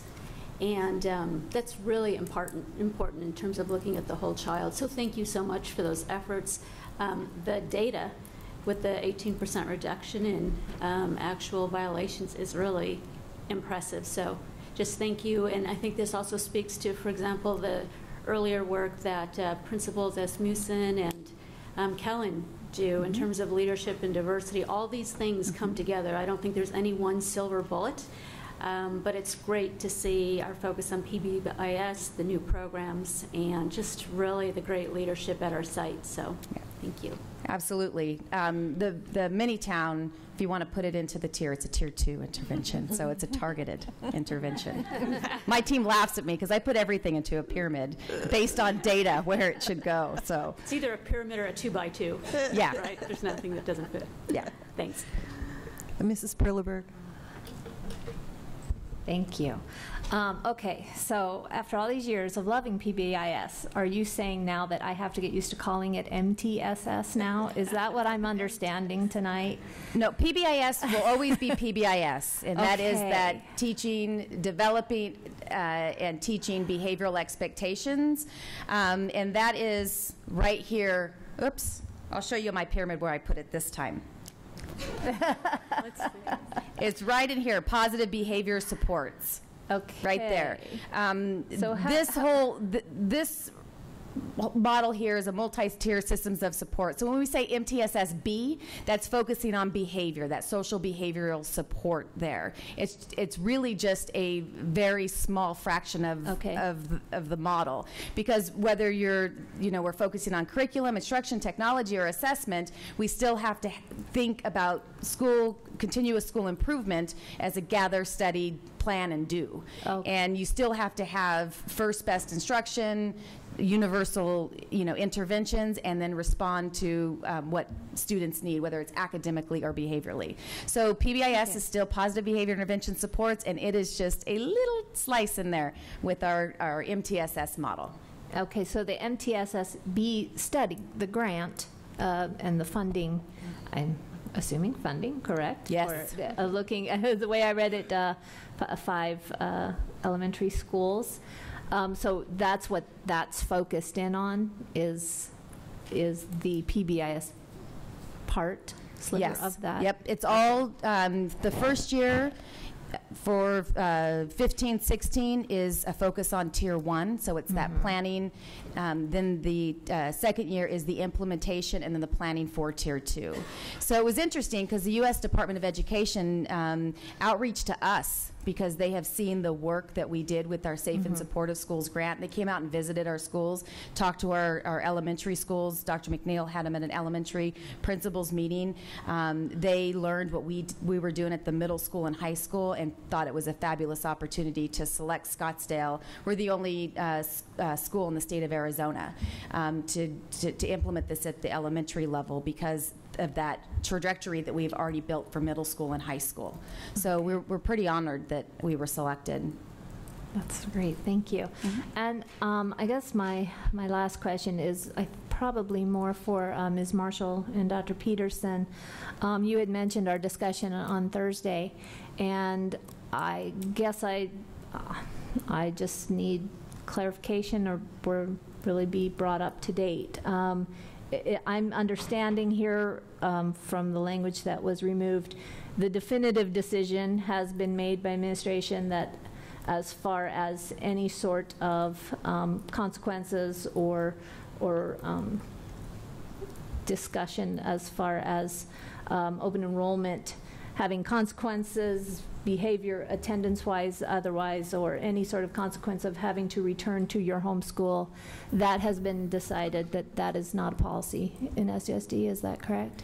Actually, Dr. Sakos will correct me if I'm wrong. The language that was in the Code of Conduct regarding revocation, we actually intended to remove from the Code of Conduct quite some time ago, and it was overlooked. We noticed that when we were going through this, so it actually goes back much farther than just last Thursday. And so, I'm sorry, let me make sure I understand your question. You're asking... So the answer is that decision has been made definitively for our district that as far as any sort of consequence or I guess a tool basically for I'm going to try and put it in all the context that I've understood the questions to be, we have someone come into our district, open enrollment, or a transfer within our district. The idea or question of you have a set of expectations. If those aren't met, you may be asked to return to your home school within our district, or you may be forced to return to your home school outside of our district, whatever that is. I just really want to understand. From our discussion Thursday, I thought it was a little more open-ended. If this language is out and done, I just kind of wanted that confirmation. And the language from the administration. Sorry, and the language that we are taking out is specific to revocation only. Yes. Not to, that doesn't mean that site administrators can't have conversations with families about where's your child going to be the most successful. As we talked about a little bit last week, Dr. Sakos and Dr. Von Echten have worked a lot with the schools on things that they can do to put in place to help kids. So that doesn't negate any of that good work. It just takes out that language of revocation. Does that answer your question? I guess so. I did understand that as well. They're kind of two separate things and those things. But as far as that language that revocation. I mean, I know we're waiting supposedly for an opinion that may never come. I guess I just wanted to understand as a board member, if that decision's been made, I think we just, move on from there, obviously. And I guess I didn't hear that Thursday is really my point. I did not understand that discussions on the language is being removed in all our policies and all of that. So and as just asking for clarity. Right. And as I mentioned, it's just specific to revocation, and it's not just from Thursday. We've been talking about this actually for quite some time, that that language was intended to come out 2 years ago, and it just got overlooked. So this isn't to say we're shutting down any discussions with our administrators or our board about things that we can do to help kids and to address these things. We want consistency of application of the code and for it to be consistent with our policy. And Madam President, Board Member Perleberg, it's my understanding, and Michelle and Melissa, correct me if I'm wrong, that you're dealing with the student code of conduct in this environment. What we talked about last Thursday, was the actual board policy regarding open enrollment. Those are really two different things. Based on the final discussions of what the governing board decides, we will then go back and revisit any update that would need to go into the code of conduct. That's correct. That is correct. Absolutely. And we don't send the code off until, right at 3 weeks before the start of the school year, if there's any last-minute changes in any other board policies or regulations, athletic code of conduct. So I have my red line version from the code of conduct's work, and if there's any other applicable changes, local, state, federal, that I have to update, then we do that. Along that line, before I call in anyone else, it doesn't mean that there would be no repercussions for breaking. Okay, I don't want to leave anybody with the idea that. No, Board Member Sneed, the whole idea with the code of conduct and the work that we've been doing is to ensure consistency and application of the code. So it's regardless of enrollment status, race, religion, it's a consistent application of the code. Right. And so that's what we're really trying to focus on and train our campuses to be mindful of. So we would go through the same process for all students who are violating one or more of the expectations. Okay. I do want to say, going back to the PBIS and some of the success, having been in our schools a number of years ago, thank you, Ms. Marshall, and attending some of the PBIS functions, it truly is a culture change on our campuses. And it is something that as it gets more successful, it seems to be kind of like a snowball going downhill. It gets easier to just implement day in and day out and from each teacher. And as it rolls out to our elementary students, I think we can also expect a change in culture just from kindergarten on up as students become accustomed to the expectation of living in, or coming to school in a positive environment and contributing to that positive environment. So I'm very excited that it's going to include our elementary students over a number of years. I think we'll see that it really does change the culture and the educational opportunities for our students. Thank you for that. And I would be remiss if I didn't recognize that our elementary campuses, there are several who have done this on their own in terms of providing sub days to go to professional development. So while we were able to host professional development days through grants, they were able to come to the table and give their teachers release time to do that. So many of them were very creative in the use of their site dollars to get on board much early on. And many of our elementary campuses are doing fabulous things. This provides us an opportunity to really enhance what many of them have already started. And this always comes to mind when I think of a program that begins as a seed to meet the need in one or two places and just becomes so successful with the dedication of the professionals in the building. And it just becomes so successful that other people want to do it. And so that, I think, the elementary schools that have chosen to do it, it's because of the success in our middle schools. And I just wanted to applaud everybody that's been involved. I truly see a difference in the culture than 15 years ago, 10 years ago. Okay. Thank you. You're welcome. Mrs. Hartman, I think you were next. I'm fine, thank you. Oh, okay. Mrs. Kirby. Thank you for your presentation. And I want to clarify a statement that Board Member Perleberg made, because I left last Thursday with a different understanding than she did based upon what she just said. She said that we may be waiting on an Attorney General's opinion that may never come. It was my understanding from last Thursday that we were not going to ask for that opinion, because it may never come. Board Member Kirby, what we discussed last Thursday was that we can still seek the opinion, but were we to wait to get a response to that request for an opinion, we'd be waiting possibly indefinitely, and it was the recommendation that we go ahead and do what we thought would be appropriate in terms of my legal opinion and our discussions with principals about how they would like us to try to address some concerns that they have brought forward. Okay, so who's right? So it was my understanding that we will still seek the opinion. Okay. Yes. So we're still going Yes. to see. Could we, as a board, review the question that's posed to the Attorney General before that is sent off? Sure. Thanks. And then, the other question I had was for Dr. Sakos. Back to Thursday, we also talked about, we were trying to use the open enrollment policy to solve this question of setting high expectations for all students, whether they are transfers in district or out of boundary open enrollment, and then having a tool to hold our students to those expectations. I think we were using the open enrollment policy trying to do that, and it just wasn't working. I would like, before we come back for final approval of the Code of Conduct, for staff to have a conversation with the one school, as I understand it, Saguaro High School, that is that seems to be uniquely challenged in this area.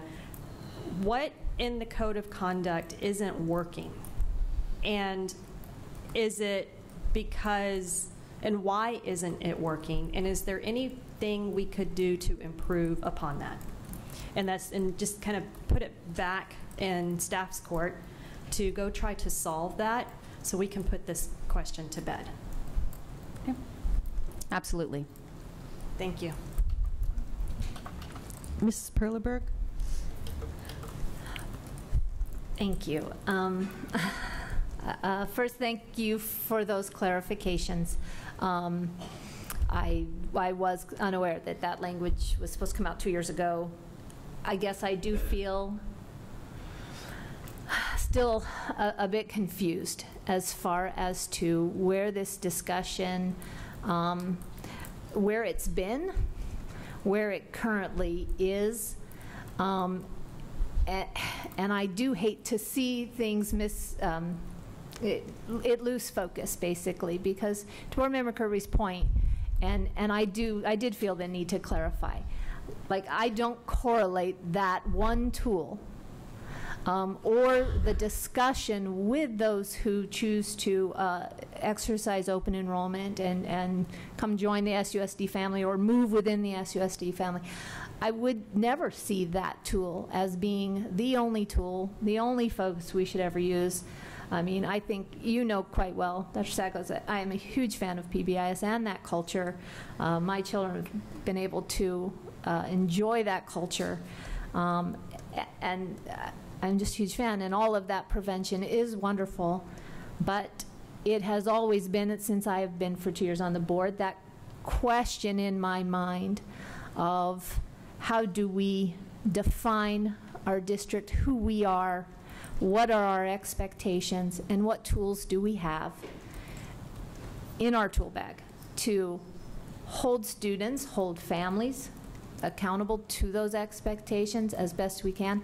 It doesn't ever mean, in my mind, every kid's got to be an honors A student and we only want those kids. It's never meant that to me. It's always just been an expectation that I've always perceived as an SUSD stakeholder, that your behavior, your attendance, your buy-in to the success of your school, of your classroom, of the student sitting next to you is a part of the SUSD way, and anyone who's enjoying that, in district, out of district, is going to have expectations. And trying to understand in our district, in SUSD, how the board, how administration defines those expectations, and how we then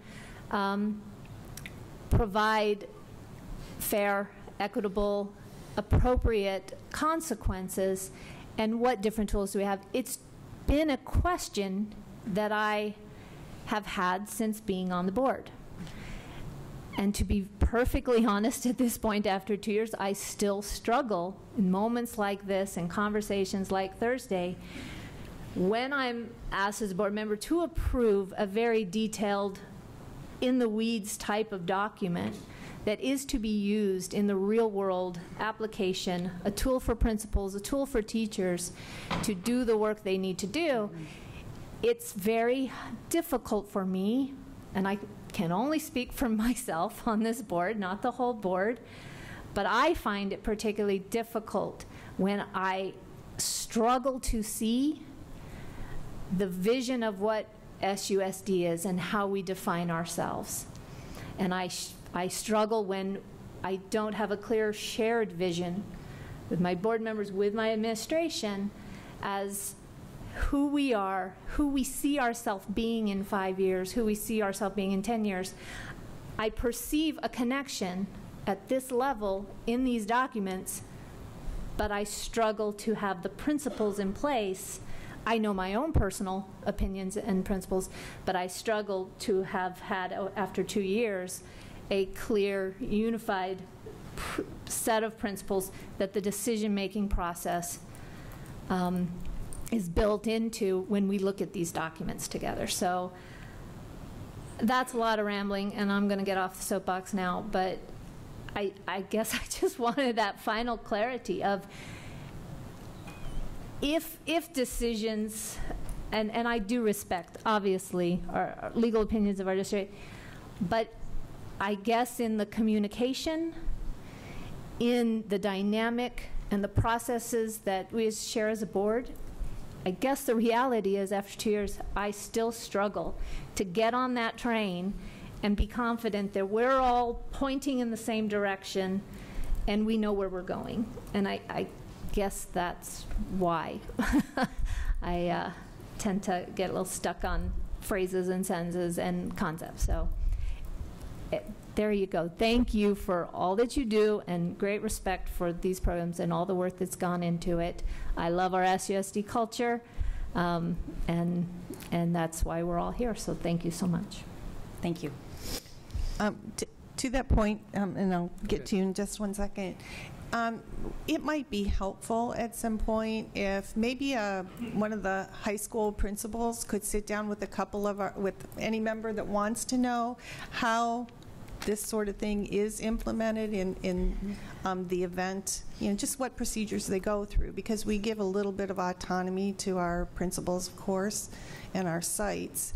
And maybe it's just a matter of implementation that isn't understood, and that there are repercussions. They're just contained within the code of conduct and generally at the site level, unless they're brought, they're so bad that they come to us through suspension or expulsion.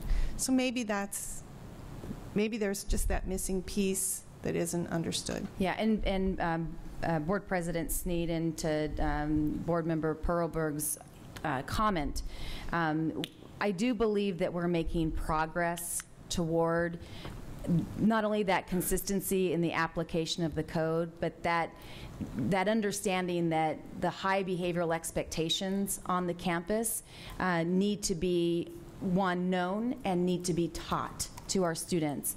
And I can tell you that as with any beginning of the school year, there was a concerted effort on all of our campuses. And you see things like Passport Day, or the announcements that talk about the expectations and here's what happens when. And that happens at the beginning of the school year, and then we get off and running and really focusing on our academics. So I really do think that one of the areas that we're going to be addressing is that that open enrollment, not accepting them after that 10th day of school, because we're losing kids on that very front end of teaching those behavioral expectations. And we talked about at the high school level how really that is an academic disadvantage for our students, because they're coming in on audit status. They're not going to get the credit. You know, when you're not going to get the credit, there's that disengagement. With the disengagement, off task, and you know, you start to see the spiral effect. So one, I think that's going to be very helpful, is, you know, when principals work with students and their staff at the beginning of the school year on those behavioral expectations, they have their targeted audience. They're not having to go throughout the year, and that's what was happening, is we had many students coming to us throughout the year that, you know, frankly, were missing those fundamental teaching moments on those behavioral expectations. Is that the magic bullet? No. You know, do we need to continue to look at the resources on our school campuses? And to Board Member Kirby's comment, sitting down with our campuses that most struggle, and to look at, again, their data, and you know, what specifically are our students coming to us with, and how do we on the front end get the right targeted interventions in place. And there's a point in time where you know, again, you have to implement the consequences within the code of conduct. I mean, prevention and early intervention only goes so far. I mean, that when you get to a threshold of a major office discipline referral, then that's when we have to show that progression of those consequences. So there's only so much teaching that we can do before, you know, again, we execute that. But I really do think that that will be helpful with our schools, is cutting that off after that 10th day, not only academically, but behaviorally as well. So it's a start. Thank you. And I just had one procedural question here. I'm reading that that these revisions were recommended by the committee. Was this a consensus process?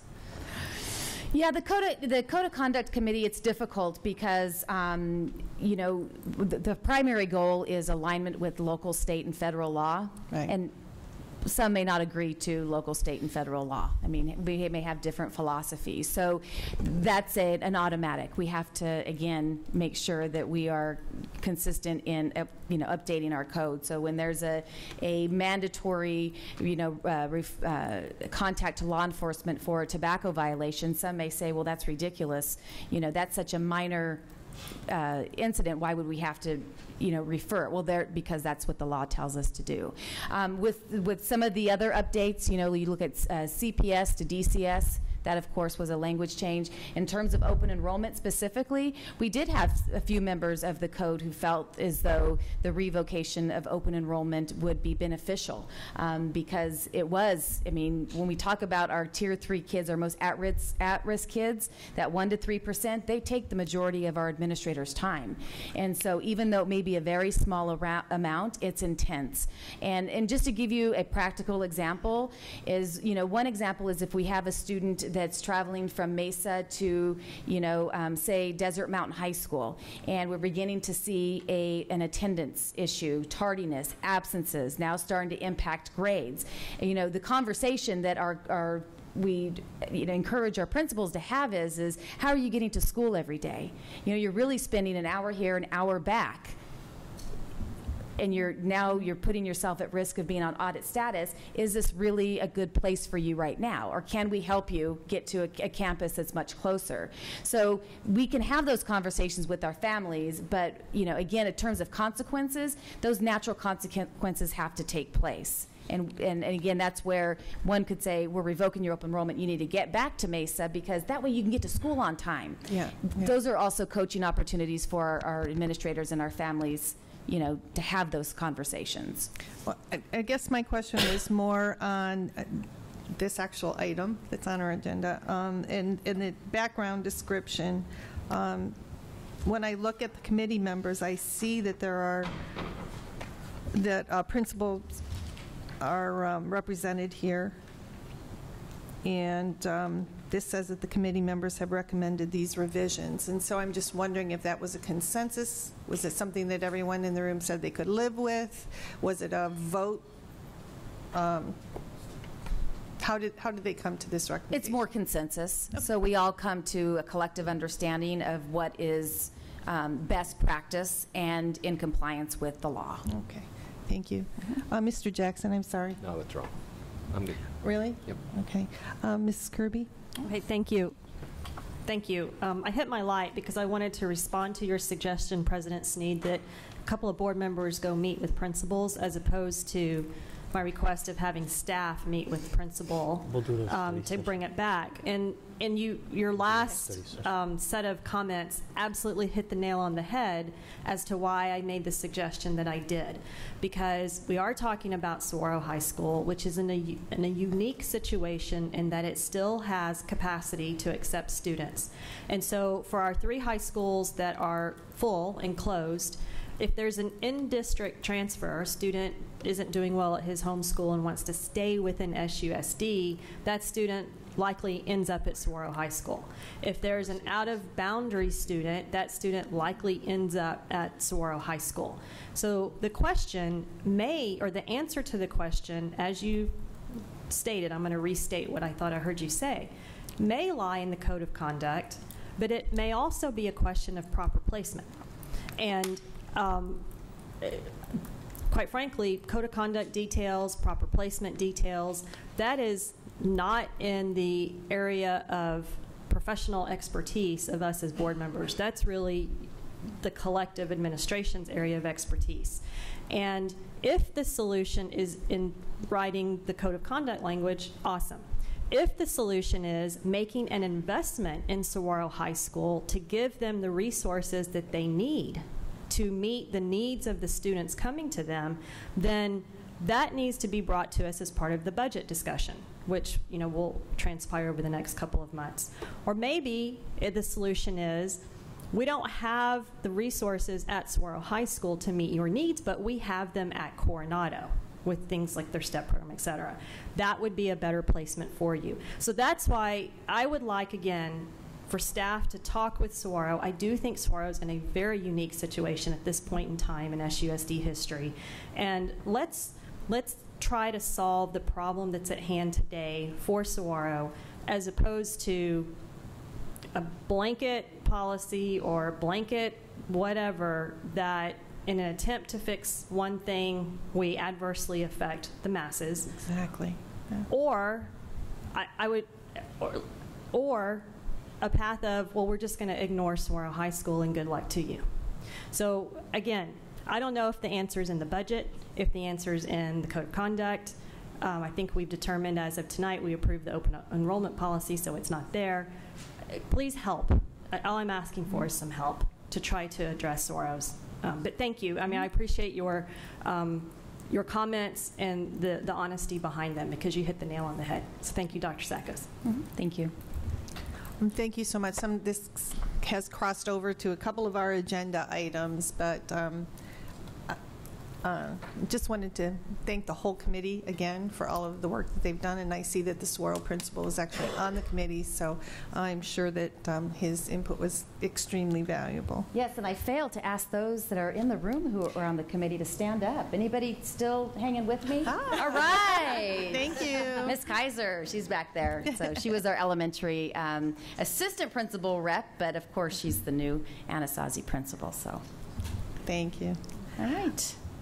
Okay, the next item, which I assume is probably you again. That's me, Coordinated School Health. 9D, Annual Coordinated School Health Update. And while I get the opportunity to stand up here and brag and showcase multiple departments, this again is a collective effort of many. And of course, what you saw tonight from OTPT is just a snippet of that. So I've made this very concise, so I hope I don't rush through it. But again, coordinated school health is something that has really evolved over time. And it used to be that we came before the governing board specifically to talk about our food guidelines, and that is changed. JL, which is our student wellness policy, and the JLR regulation requires that we come back every year and share and report the committee's work. And so we also have to comply with other things such as the Child Nutrition and WIC Reauthorization Act, the Healthy, Hungry, Free Kids Act, And of course, there's many board goals that it aligns with. All right, so tonight I'll give you an overview of our coordinated school health model, share with you points of pride, which again is in part very department specific, and then talk about process improvements, which does include looking more closely at our JL student wellness policy, comparing it to ASBUS. So that's something else that'll come back through Ms. Marshall as we compare those. Health promotion for staff, which the insurance committee is also focusing on this year, and then in community engagement, which is also always a goal to increase. So coordinated school health is eight interrelated components and health-related programs that have in the past operated independently, but now are very much correlated. So these are the different components. We aligned this with the Arizona Department of Education a few years back, and so these are the areas, again, that become department focused, but again, are very much interconnected. So I'm going to share with you some points of pride in the specific areas tonight, and again, this is just a snippet of the work that is occurring. So when we talk about health education and physical education, our science curriculum specialists and teachers have continued to focus on the next generation science standards, which have not yet been adopted, but they continue to look at, through our adopted materials, those lessons that again incorporate physical education, health education across the board. So that is a continued work in progress as those standards get ironed out. In terms of health services, our school health index is a grant that many of our schools participate in, again, to bring some resources to their campus. Very proud of the fact of our immunization compliance, 100%. We take that very seriously at the beginning of every school year, and we do the screening, the vision, the hearing, etc. What you heard tonight from OTPT is another part of course, the services that are critical to meet the needs of some of our students. Nutrition services, they have continued to do quite a bit, specifically their healthy e-living that it goes out to our community. They're the go-to district for best practices and healthy menu planning and ideas. They're federally and state compliant. They recently had an audit in 2014, October, and were rated highly successful. Menus have evolved and will continue to include new items that support my plate concept. Implementation of the dietetic intern program in collaboration with ASU and the Department of Public Health. They've increased their breakfast participation to support learning in the classroom, continuation of parent outreach, dining expose held at Parent University, and parent outreach regarding smart stacks. And so our dynamic, where'd she go? Ms. Bilbrey is back here too today, and her and her team play a very fundamental role in the overall coordinated school health model. So thank you for all your help with that. Counseling, psychological, and social services. I can stand here all day and talk to you about the dynamic student services and special education department, but the highlights are really our mental health, increasing of our partners. Again, our MTSSB grant to continue to expand PBIS. And to Board Member Jackson's earlier question, we have 23 schools right now successfully implementing PBIS, training and support coming to 5 more elementary schools, and then expansion of our Tier 2 and Tier 3 behavior interventions. Health promotion for staff, again, there's a separate committee, insurance committee, who looks at a lot of data in terms of employee wellness, and so they are prioritizing this particular area and looking at what are some programs and opportunities that can promote health within our staff. So I know that they again have a meeting tomorrow night, and so this lives with the insurance committee, and they're going to continue to focus on that. But some of the things that have been going on for our employees is the PrEP program.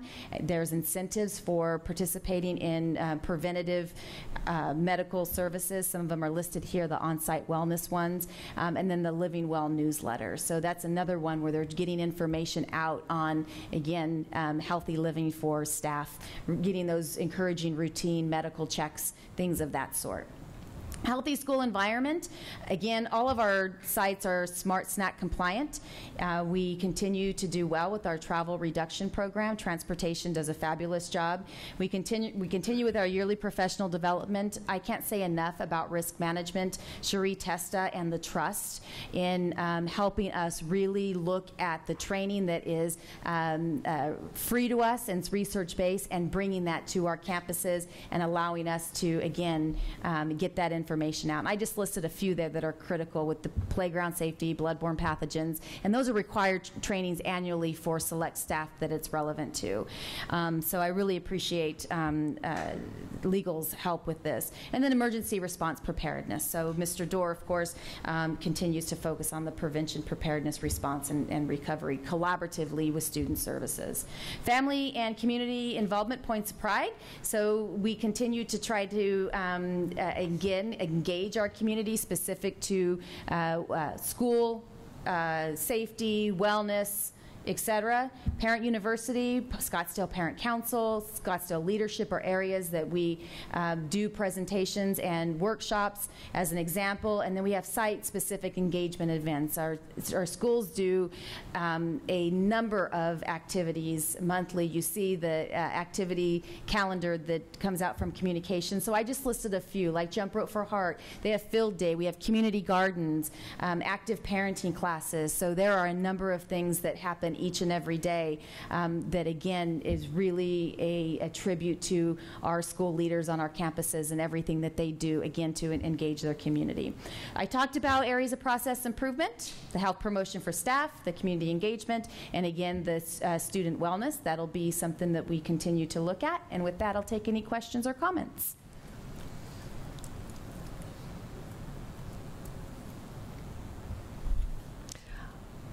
Thank you very much.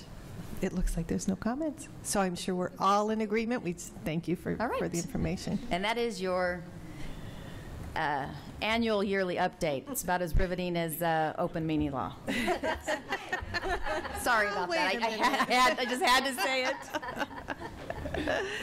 It depends on your point of view. Okay. The next item on the agenda is item 9E, Instructional Materials Review K-5, English Language Arts, ELA with Social Studies Support.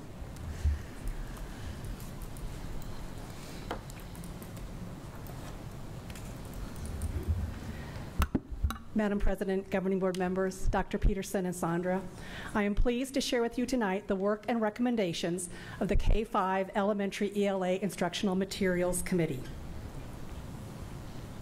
The committee had 5 purposes. Know and understand the ELA Arizona College and Career Readiness Standards for grades K-5, understand the research that supports ELA materials and resources, as well as best practices for instruction, identify current gaps and need areas in regards to standards, identify current resources, strategy, or tools we already have at the district to address those gaps, and finally, identify new resources, strategies, or tools to fill the gaps for possible recommendation and adoption by the Governing Board. Within a 16-week window of time, the committee met 13 times to learn, discuss, and grow a shared understanding of our purposes in order to make the best recommendations possible. All meeting dates, agendas, PowerPoints, and other materials shared with the committee are available for viewing on the district instructional material website. The committee was large and diverse. Every school had 2 teacher representatives on the committee, 1 primary and 1 intermediate teacher. 3 parents were selected by Parent Council to serve, represent, and report back to Parent Council. There were 3 administrators representing different complexes. We had 4 special area teachers representing EIS, special education, social studies, and technology, and we had 2 facilitators on the committee. The committee had a great deal of professional knowledge. 31 members had a master's degree, and 4 members are nationally board certified teachers. The average number of years of teaching experience on the committee was 14, with a range of teaching experiences spanning from 2 years to more than 30. And together, the committee had over 900 years of combined experience. It was an incredible committee, and it was a pleasure to work with them this year. There are 3 committee members who are here with us tonight, Gretchen, Michelle, and Brooke. Thank you for being here. And I'd like to recognize you for your work and dedication. Thank you. It was important for the committee to develop a shared understanding of the research and data related to ELA instructional materials. We looked closely at the standards as well as content frameworks, publishers' criteria related to state standards also. We also looked at AZ merit blueprints, which affect grades 3 through 5, and end-of-year data for Galileo, Ames, and Stanford 10. All K-5 teachers had the opportunity to participate in developing a priority list of needed instructional materials to fill gaps. And finally, we explored what the best practice research said about materials, research, and instruction. Based upon all this information we explored, the data, the research, and the surveys, the big question was, where are our gaps? Using all the data and information we examined, the committee developed a priority list of gaps. Interestingly, there was a clear divide between what the committee felt were the priority gaps for grades K2 and the priority gaps for grades 3-5. Although there were some similarities between the K2 and 3-5 lists, there was a significant difference between the highest priority needs. The top priority need for grades K2 is phonics foundational skills. And the top priority need for grades 3-5 is reading texts, both anchor and short supported texts with writing that is linked and related to those texts. The committee found much data to support the K2 phonics foundational skills gap. For example, currently there are over 13 different types of phonics programs occurring in our K2 classrooms. Second, an analysis of third grade Ames data revealed a need for a stronger, more consistent foundational skills for grades K2. Third, a consistent phonics program across the district for K2 was highly rated as a need by teachers, parents, and administrators. Finally, it has been 14 years since K2 ELA has gone through a comprehensive instructional materials adoption and 8 years since our last GAP adoption. There's also a lot of data and reasons to support the grade 3-5 gap. Our state standards focus on students reading anchor texts and shorter supportive texts related to a topic and then writing about what's read and learned. Writing is not a standalone subject and needs to be integrated in reading. Second, the AZ Merit reading and writing tests require students to read multiple texts on a topic and then answer questions comparing texts, synthesizing information from multiple sources, and then writing about it. Finally, it has been 14 years since grades 3-5 ELA have gone through a comprehensive instructional materials adoption and 8 years since our last GAP adoption. So after establishing the priority gaps, the committee developed a list of criteria that would fill those gaps and would guide their analysis of materials.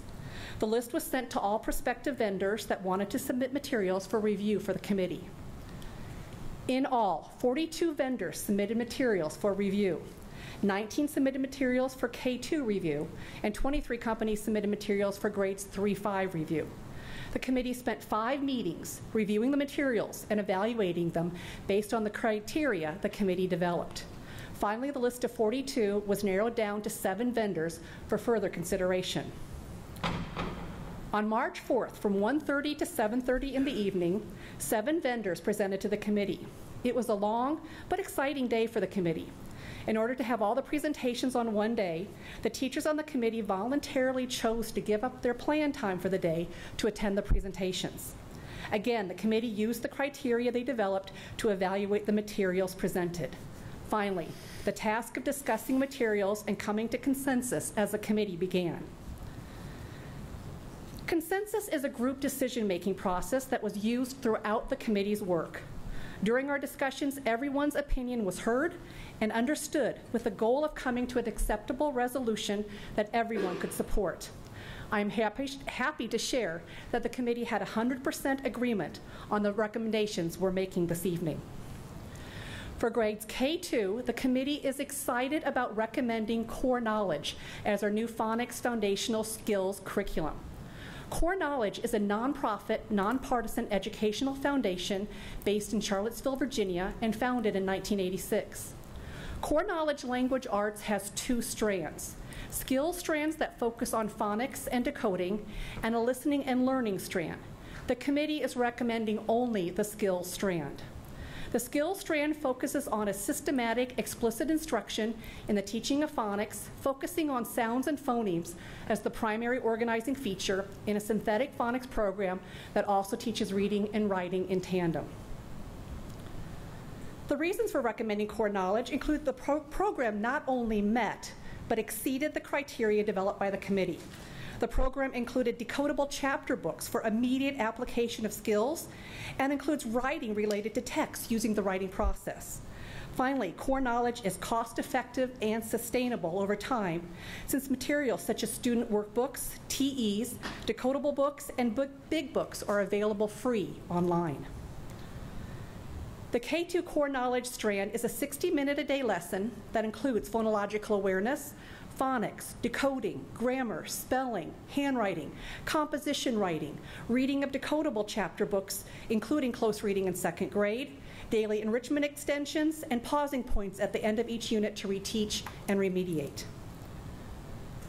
The Core Knowledge Skills strand curriculum will fill the highest priority gap for K2, but there are still other future gaps to fill.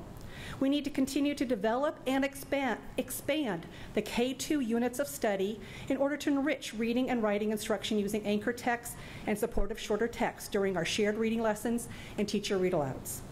We also need to enhance and expand our guided reading libraries at all schools to meet the needs of all readers through differentiated reading instruction. For grades 3-5, the committee is excited about recommending mobile devices and carts to support student access to text and information related to reading, writing, and social studies. Students need multiple opportunities to interact with technology to learn, to research, to read, to collaborate, and to write online. Finally, the committee is making this recommendation because they felt that of the vendors that were evaluated, no company met all the needs of the grade 3-5 criteria. One of the main reasons for the recommendation of technology is because there are already so many resources online. Students just need the technology to access the materials. Keyboarding and technology skills are best learned and reinforced through authentic tasks integrated through curricular studies. For example, we have 3 wonderful resources already purchased or developed for elementary school students to access. Our district library resources include online books, paired books, videos, and many, many wonderful research sites aligned to our standards. Discovery Ed streaming also provides articles, lesson plans, and research opportunities for students to access and use. Our district has also developed our own units of study for grades K-5 focused on themes or topics aligned with state standards. Our district-developed units of study include reading texts, both anchor and short supportive texts, writing prompts, close reading lessons, text-dependent questions, videos related to the text and topic, and many online resources to support the units. Anchor texts for the units of studies are housed in our district warehouse, and since just this August, over 6,000 books related to units of study have been checked out by teachers to use with their students. I would like to now take a few moments to share an example of one unit of study site with you in a little bit more depth. Each grade level has their own Google site. For example, this is the home page for 4th grade, and each home page includes an introductory video introducing the viewer to the unit themes and anchor text for that grade level. The following is a very short snippet of a much longer video posted on the 4th grade site.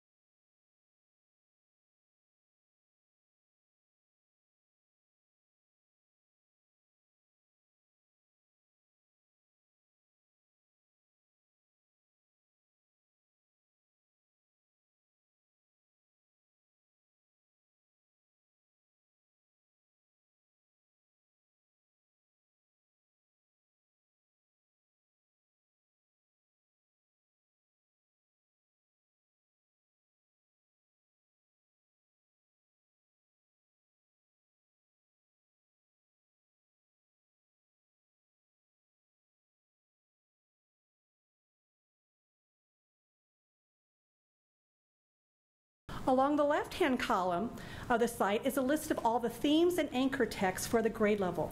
If I were to click on one of the themes, such as heroes, ordinary people doing extraordinary things, I get to the landing page for that theme, which is filled with information, resources, and links to support the teaching of that theme. The top of the page lists the key focus standards for the unit.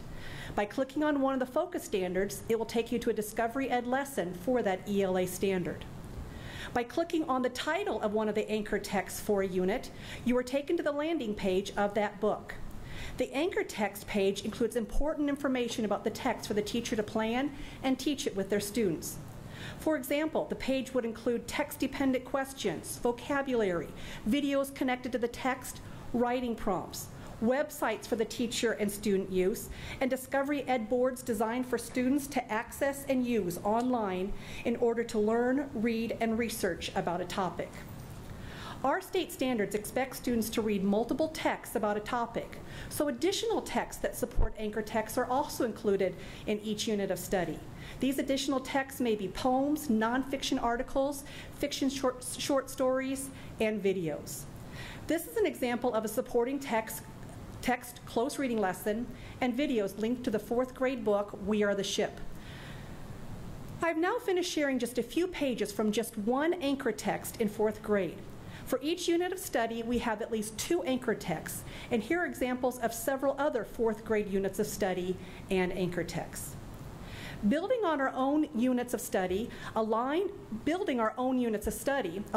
to products we already have purchased, as well as free online resources, provides learning opportunities that are integrated in content area subjects and includes reading, writing, speaking, viewing, listening, and thinking about topics in deep and meaningful ways.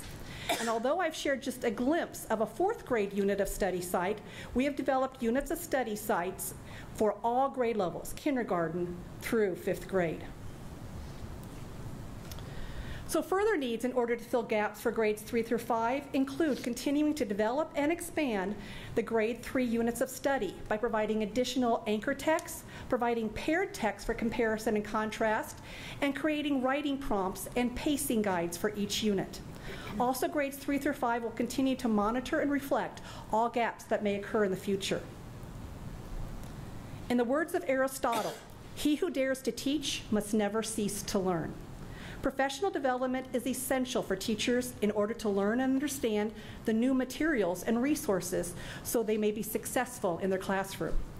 The professional development for the K-2 Core Knowledge Program includes approximately 25 to 28 days of training provided by the vendor for free and included in the adoption. Teachers will have the option of attending a 2-day training on the Core Knowledge Program for their grade level, either in June or late July. We also have the opportunity to have train-the-trainer professional development, which helps the sustainability of the program. And the company offers other options for professional development, including coaching, model lessons, and webinars. The professional development for grades 3-5 would include sessions offered in June during our Professional Development Summer Institute on Discovery Ed lessons and boards linked to the units of study, a session on online library resources, and a session on new resources and links related to the units of study. Also, technology professional development will be offered through the 2015-16 school year by the Technology Department on Google and mobile devices. The cost of the recommended core knowledge skills strand curriculum for kindergarten, 1st, and 2nd grade is a total of $492,674. The cost of the recommended technology for grades 3-5 include Chromebooks and computer carts for each elementary school with 30 computers per cart for a cost of $180,182. Thank you very much.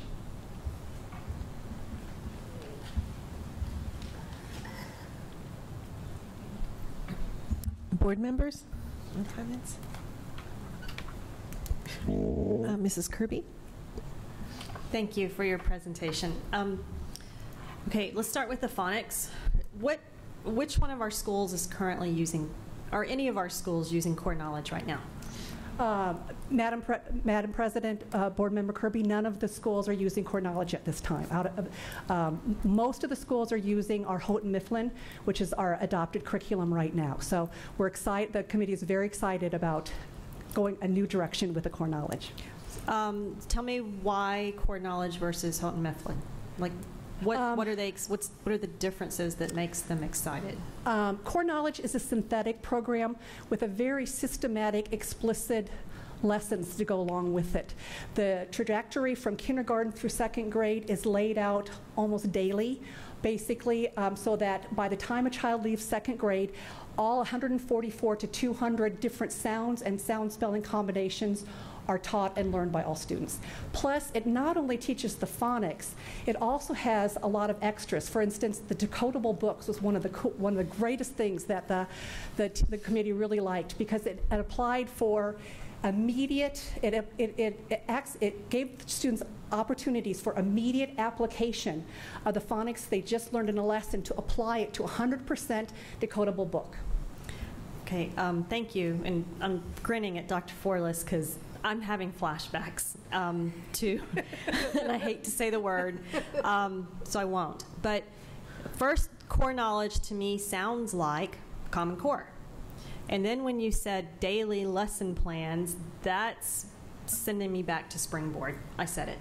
So is this a scripted lesson plan kind of curriculum that's aligned with Common Core standards? Board Member Kirby, it is not. Two things with that one. One, it is 100% aligned with the Arizona College and Career Readiness Standards. It's been vetted by other states and districts around the country, and it is basically the #1 program out there that it has alignment to our standards. As far as a scripted program, no, it is not a scripted program. But a part of all, the committee looked at 3 finalists for the phonics program, and all 3 of the finalists of the phonics program were basically the same. They were a systematic, explicit, synthetic program. So as far as that goes, what it does is it provides everything a teacher would need to teach a really strong, full lesson, but it is not a scripted one. Okay. But there are expectations every day for what the students need to do. Okay, so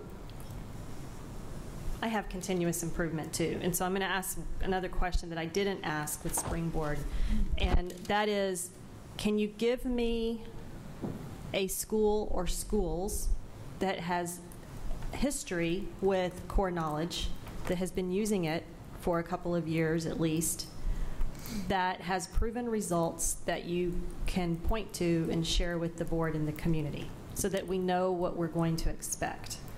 Well, right now, Board Member Kirby, we're under still procurement, so I have not been able to, it's just whatever I've been able to research myself to find out about. Core knowledge, I believe many of the Paradise Valley schools have that. I believe there's also another school district within the valley, in the West End, that has it as well. It was adopted by the entire state of New York for the grade 2 program. And core knowledge was developed, it's been around since 1986, but this program we're looking at started being developed in 2010, and then it's been updated since 2012. It was done, but with hundreds of teachers, and it was done over several years. It wasn't just done by some people in a corner office someplace. It was done within the ranks of classrooms that way. So I could definitely see what I can find for that, but it's I'm not sure of anyone locally. Okay, fair enough. And if we could, when we bring it back, just what was the performance of those school districts or schools prior to the curriculum by whatever state test they took, and then what's the performance after, pre-post, so that we know that we are investing in something that has proven results. Madam President, Board Member Kirby, we can include that with the consent agenda item so you can read that before the next May meeting when we would try to bring this back as a consent agenda item. We follow procurement laws pretty carefully, so we have to be careful about which questions we even respond to from vendors. But now that we've done the informational presentation here, we can do a little more investigative research specific to a district that may be using it. Okay. And then moving on to 3.5, the same thing. Is this, are these reading materials that are aligned with the Arizona career standards? The 3.5, the recommendation, I'm sorry, Board Member Kirby, the recommendations for the technology to access all of them? I'm sorry, no, is that your question? just the materials themselves. Not, I'm going to ask some technology questions in a second, but just the materials that will be accessed. Yes. Okay. Again, same question. Do we have any proven results? And is it scripted lesson plans? Those are the same questions that I wish I would have asked with Springboard that I'm asking today. And then finally, just on the investment of the technology, it seems light to me. And I'm going to go back to, 30 per school for the Chromebooks for grades 3, 4, and 5.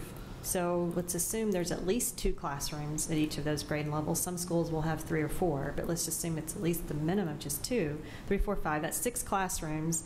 How many kids is that? And we're only going to have 30 Chromebooks.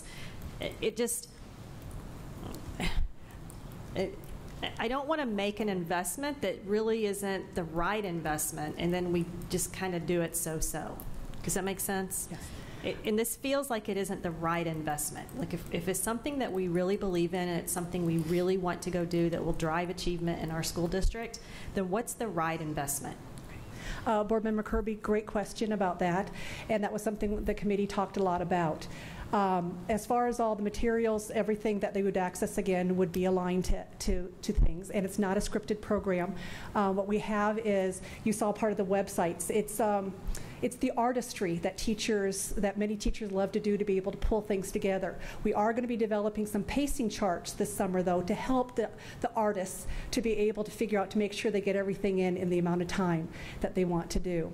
And as far as maybe that low number, the committee was trying to be very fiscally responsible. We wanted to really ask for hundreds of that, of them, but we wanted to be respectful because we know there are 4 curricular areas up for adoption right now.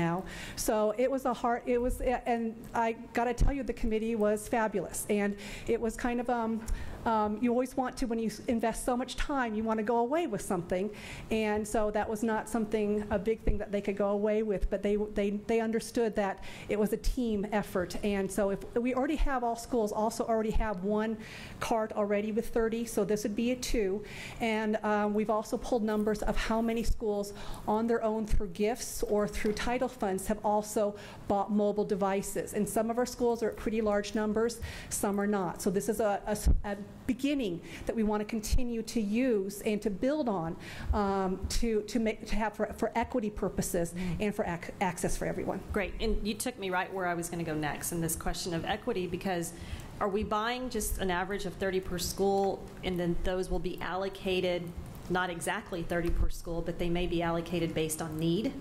And if so, let's see that analysis, because we also have schools that have, excess of 600 kids in these grades, and we have other schools that may have 150 kids in these grades.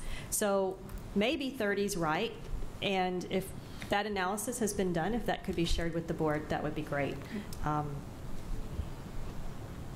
So I have lots of questions, and we can put it on consent. I'll likely pull it off.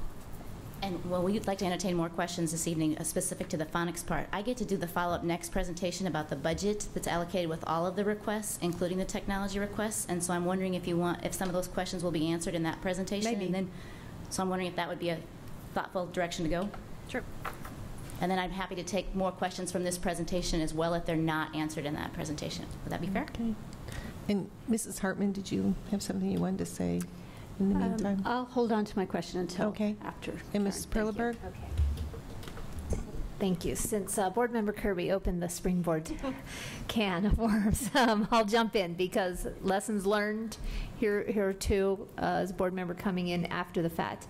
And I just would love you to talk about you talk about that those daily expectations. We all know we've got classrooms moving at the speed of light, and other classrooms, there's going to be that challenge. If you can talk to me about this core knowledge and that differentiation component and those kids moving at different places, classrooms moving at different, how do we make sure that either the boredom factor for some of those classrooms and the this is way too hard factor for other classrooms, how does it get addressed here? Madam President, Board Member Perleberg, I'm going to take a crack at answering that question. Diane kind of alluded to the fact that there's a remediation and an enrichment piece with every single lesson, so that's significant. I'm not sure I've ever seen a material where every single lesson includes a scaffolding so that you can meet the needs of kiddos that may not be ready for what you're doing, or an enrichment for kiddos that already have it in every single lesson. She's just whispering. She's actually got one of the books with her, and they're on display at the warehouse as well, and they've been in display at Cochise for the length of the time that we've been looking at these. So we'd be happy to show what that looks like.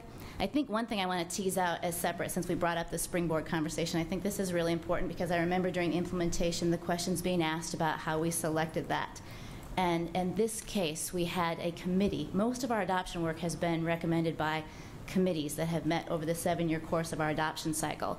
And to have 40-plus members unanimously agree this is the program we want for all schools is different than the implementation that we had for Springboard, which came from a task force that Dr. Sakos and Dr. Forlos have shared from that before. So committee work, when we talk about adoptions, is situated a little bit differently. These are colleagues around the table that have said overwhelmingly, unanimously, for the first time I think I've ever seen that. Usually it's thumbs up, who can live with it, that kind of thing. 100%. After many, many times of meeting together, said this is the best resource for our kiddos. The other thing I think is significant, when you asked, somebody asked a good question about Houghton Mifflin and would that be all right, or is it a deficit product with respect to phonics? It's not just a phonics-based program. Houghton Mifflin was huge and comprehensive, and so the phonics program isn't quite as developed as what we're seeing in the products that are coming out now, especially since it's 8 years progression since we had our last adoption. But at first blush, we met with somebody just recently that looked at our data, and they were supposed to be talking with us about our math data and what we used to support middle level and high school supports. And they kind of fouled up and said, at first blush, we've looked at your ELA data, and we will say the one change Scottsdale can make to improve reading scores and improves ELA scores is get a phonics program comprehensively K2. So that validated the work that was happening with our committee, even though we didn't ask for it. That was the only recommendation they made for ELA. Okay. Can I tack on another question too? I think we have at least 2 traditional schools. Correct. How does this fit in with those? And is that a consideration, or will they be looking at something totally different? Great question. Our traditional schools have the autonomy to select resources and materials, and we bring those in front of the governing board as well. But the committee members had members from the traditional schools on there, and they'd like to invite their schools to look at the materials because that they believe they were so impressed with them. So we will invite our schools to look at that. But when we do a comprehensive district-wide adoption, we do allow our schools of choice. They have other programs that are in place to maintain the Spalding and Saxon that they have approved in those settings. All right, thank you. And it will be a little different because Spalding is scripted. And so if they go to this route, they will be deviating from what they're doing right now, which is a scripted curriculum. Mr. Jackson. Wonderful presentation. I always come away with these things so impressed. This committee sounds like they were, what a wonderful committee, dedicated and functioning well. And the fact, Dr. Benson, like you said, that the committee came up with a 100% consensus on this curriculum is kind of amazing, really. And I guess I just want to make sure I understood. The committee invited 23 vendors for the 3-5 and 4 presentations and decided not one of them was going to fit what we were looking for and decided to go in a different direction. That's kind of incredible, I think. Can you just give me 1 minute on how that happened? Sure. Madam President, Board Member Jackson, after looking at all the materials, what we realized is we had that set of criteria that we came up with, and none of the programs really fit the criteria to the point where we felt it was fiscally responsible for us to recommend any of them. For anything from major consumables, which would be a cost at every year, to just not align to what we really needed in our gap analysis. Yeah, well, I said this committee sounds like, boy, what a wonderful work they've done. Incredible. So thank you. Thank you. Mrs. Hartman. Thank you. Is this on? No. Is your green light on? Green's on. There you go. Okay. First, thank you. That really, the process strikes me as a pretty impressive process. 45 active subject matter expert professionals, 900 years of collective experience. I'm not even going to ask a question about the recommendation on the what, because clearly we have the expertise behind it. I do have just a couple of questions just on the implementation side, because really it comes down to implementation. Very often you can have the world's best program, right? And then it comes down to implementation. So I was just interested in your view on, you talked about some of the things in terms of the professional development, the train the trainer. Do you feel as though we have the adequate funding, and are you comfortable with the implementation plan, and are there things that we can or should be doing just to get to the next level of the outcome around it? Number two, on the technology point,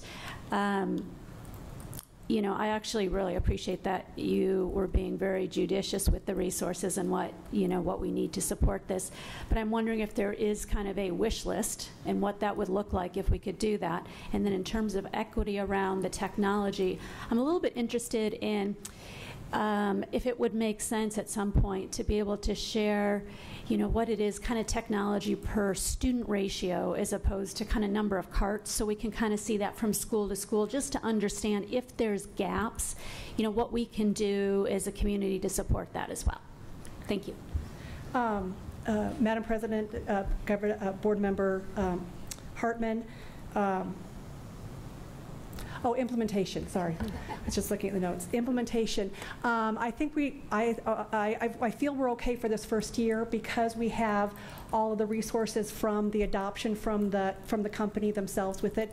It'll be the sustainability of it, not only through the resources, which is wonderful because they're free online. We can continue to do that, so it should not be a burden for costs for the district, but it will be the implementation. I was on the phone with the principal this morning that was all on board with it, and I think it's going to come down to one of the most interesting things that Dr. Bensing and I could mention is over and over again throughout the committee, teachers kept saying, if we adopt this, we want every person in the district to do that, and we would all, and a couple of teachers even said, we would love to have more principal walkthroughs even to make sure people are implementing it, because the teachers know they're putting the time and energy in this, and they want to do it not only for themselves, but their coworkers and for the benefit of the students.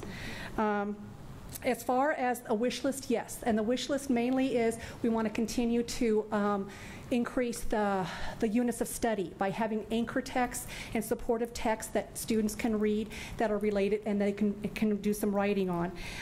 And we have tried to start looking at equity of computers in other ways as well. So that's something that is ongoing, that we're starting to collect that data on what mobile devices people have. And equity is kind of a hard one, because is it by school, is it by student, and is it fair that one school may have tons of computers because of gifts, while another one doesn't have any by gifts, but because their ratio is now lower, does that mean they don't get any from like district funds as well? So it's kind of a hard thing to sometimes look at.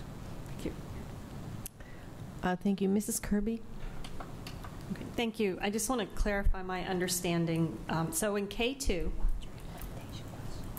Hohokam, Pueblo, Cheyenne, and ANLC can all stay with what they're currently using if they choose to. Board Member Kirby, the Pueblo school, though it's a fly school, still uses our consistent resources in ELA. So they don't have a separate ELA program as a school of choice. They're consistent with ours. So I'm guessing, since they're still using Houghton Mifflin and it's 8 years old, that they would likely want to jump on board and go with this. But that, while it's a school of choice, they use our same curriculum materials for ELA. Okay, but go ahead. What about Cheyenne? Well, and Dr. Forlis is clarifying with me that the two other schools of choice are currently using Houghton Mifflin as their main primary resource as well. So yes, I guess we would include Pueblo in this conversation. I tend to think of them, because they've been the latest one, our school of choice, and because they've used our current adopted materials, we will include them in this conversation if they'd like to come along with us. But they don't. But these 4 schools of choice don't have to if they choose not to. And I'll defer to my colleagues. But yeah, I'm fine if they want to. Yes, good. But if they choose not to, do they have that flexibility? Madam President, Board Member Kirby, schools of choice have different areas of focus, and so that how the board adopted them to become a school of choice was based on what their plan was. So for example, Cheyenne is a traditional school. Their pillars that they presented to the board was around using Saxon math and Spalding for phonics. Our other traditional school, Hohokam, uses Saxon math. They do not use Spalding as their phonics program. They use our Houghton Mifflin. So every school of choice is a little bit different on what they chose to be a school of choice and what the pillars of the community were that came together as a school of choice. So for example, foreign language immersion, as you're well aware, at Pueblo, and then looking at multi-age and the integrated thematic instruction that began the crux of the work at ANLC was very different. Multi-age and so on. So I'm going to ask the question again. So Hohokam, which doesn't use Spalding, could they choose to use Spalding in this conversion, or do they have to use core knowledge? K2 only is all I'm talking about right now. It would be a conversation with their principal around, do they think that this core knowledge would better meet the needs of their students and than what they are currently using, and then they would go to their community to say, we're a school of choice, would we like to look at a different curriculum? Okay. But it would go back to the community at the school. So that's how they were all schools of choice came to us through a site council process. So that's good, if I'm understanding you, that they would have, as a school of choice, the choice to jump on board with the district-wide adoption of core knowledge, or stay where they are, or possibly use another product like Spalding, which is what Cheyenne is using. Correct, and it's also very important to remember through Diane's presentation that we did have representation of all of our elementary schools, including the schools of choice, that came to 100% consensus on this. Right, program. and you know how I feel about committees. I struggle with our SUSD committees, and I have for a couple of years. That 2 individuals can represent an entire community when they have leaders that are their boss's boss's boss standing up in front of them and kind of hustling them down a certain decision path. So it gives me confidence that schools will have choice. And what I'm hearing you say, and I want to clarify, Hohokam, Pueblo, Cheyenne, and ANLC will have the choice to move on with core knowledge with the district-wide adoption, stay where they are, or even move to another product that they deem suits their needs. If they can afford it. We have to think about procurement and about budget if they want to choose a different product. So the district won't financially support their choice necessarily. It depends if it would be within our budget that we're presenting this evening. Everything is very tight to the penny about meeting the needs of all of our schools. So now I'm concerned because this is now feeling to me like we're sacrificing curriculum that works for a certain community for a financial decision. Madam maybe President, maybe not. I mean, but that is concerned because we cannot go down that path where we're making curriculum decisions to save money. Madam President, Board Member Kirby, I think what we can commit to is, let's say Hohokam decided to go Spalding. Whatever dollars we would have spent in core knowledge, we put towards Spalding. But Spalding also requires a lot more professional development. So then we would have to try to go find those dollars, or if their community, as Cheyenne, where the parents donate some dollars to help with that additional professional development. So we would work with them, but I think, I don't know if we could truly commit to say, yes, you decide to go Spalding, we're going to be able to support that 100%. It's a matter of, these are the dollars that are programmed, we definitely can give you those dollars, we have to go try to find some additional if that's the case. But I guess we need to ask them, which way do they want to go, and we can bring that back to you. Yeah, I mean, because the reality is we know that Hohokam community can't come up with the same dollars that the Cheyenne community can, right? Nor can ANLC. And that's the reality that we live in our district. And so this feels like this cloud that hangs over our head on 80% of the decisions we make, and it's this equity versus equality. And you know, I'd like for us to really try to figure this out once and for all so that we make the right decisions for each community and invest in it versus make a subpar decision for the entire district, possibly. And I would agree with you. And so these 4 schools, I think I will ask Diane and Karen and Andy to go back and ask them. Cheyenne would pretty well know is set on Spalding, but the other 3 for sure, ask them, what is your preference? What is your choice? And have them have that discussion at their school. And could they, and I'm going to just idea, this came out during the campaign, actually, you know, could Hohokam say, yes, we would like to move with Spalding and district, this investment that you make in us, we really don't need it. So could you take that investment that you've made with us over the years, take that investment out, but redirect those dollars to professional development for Spalding? And I know there's different buckets of dollars and all of that comes into play, but can we start providing that flexibility to individual campuses? That's what I heard Dr. Peterson say. Absolutely. And I think you're going to hear that when Karen talks about the final expenses, because the technology recommendation is not one where we're saying we want to go buy everything for every school. It's a matter of, and she's going to talk about it, it's a matter of if the schools want to do that and it's a priority for them, then they will spend those final capital override dollars that are their dollars to do that. Okay. That's coming. Okay, thank you very much. Okay, the next item is 9F, processes and update on the work of instructional materials review committees. Thanks for hanging in there with us all. Good evening, Madam President, governing board members, Dr. Peterson, Sandra, and all. Before I start and transition into this part of our presentation this evening, I did want to acknowledge the leadership of Diane Murphy. We didn't introduce her as our ELA curriculum specialist who spent an unbelievable amount of time leading that work. All of our committees met a lot of times, but Diane's leadership on the elementary committee has been extraordinary. And so before starting, I just wanted to make sure that we pause. Okay, as we transition into part 2, tonight I have the opportunity to share the prioritized recommendations from our 4 instructional materials review committees, the dollars that are associated with those recommendations specific to our capital override budget, and respond to some questions that were posed by board members during the update we provided during the March governing board meeting. For those that may have missed any of this context for the work of why we have 4 instructional material review committees working this year, 2014-15 is year 7 of 7 of the capital override dollars we've been so fortunate to have as a result of taxpayer support. And the 4 committees that have been meeting the bulk of the year represent the areas that are at or beyond year 7. As you heard Diane Murphy talk about tonight, we're in year 8 for ELA in our SUSD adoption cycle.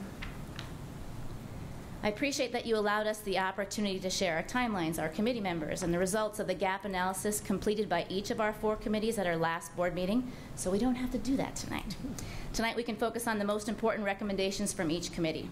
Just a reminder, anybody that's interested can click on the magnifying lens under district committees on our website to review the work of all of our 4 committees and better understand the detail behind the curriculum presentations that you've seen this evening.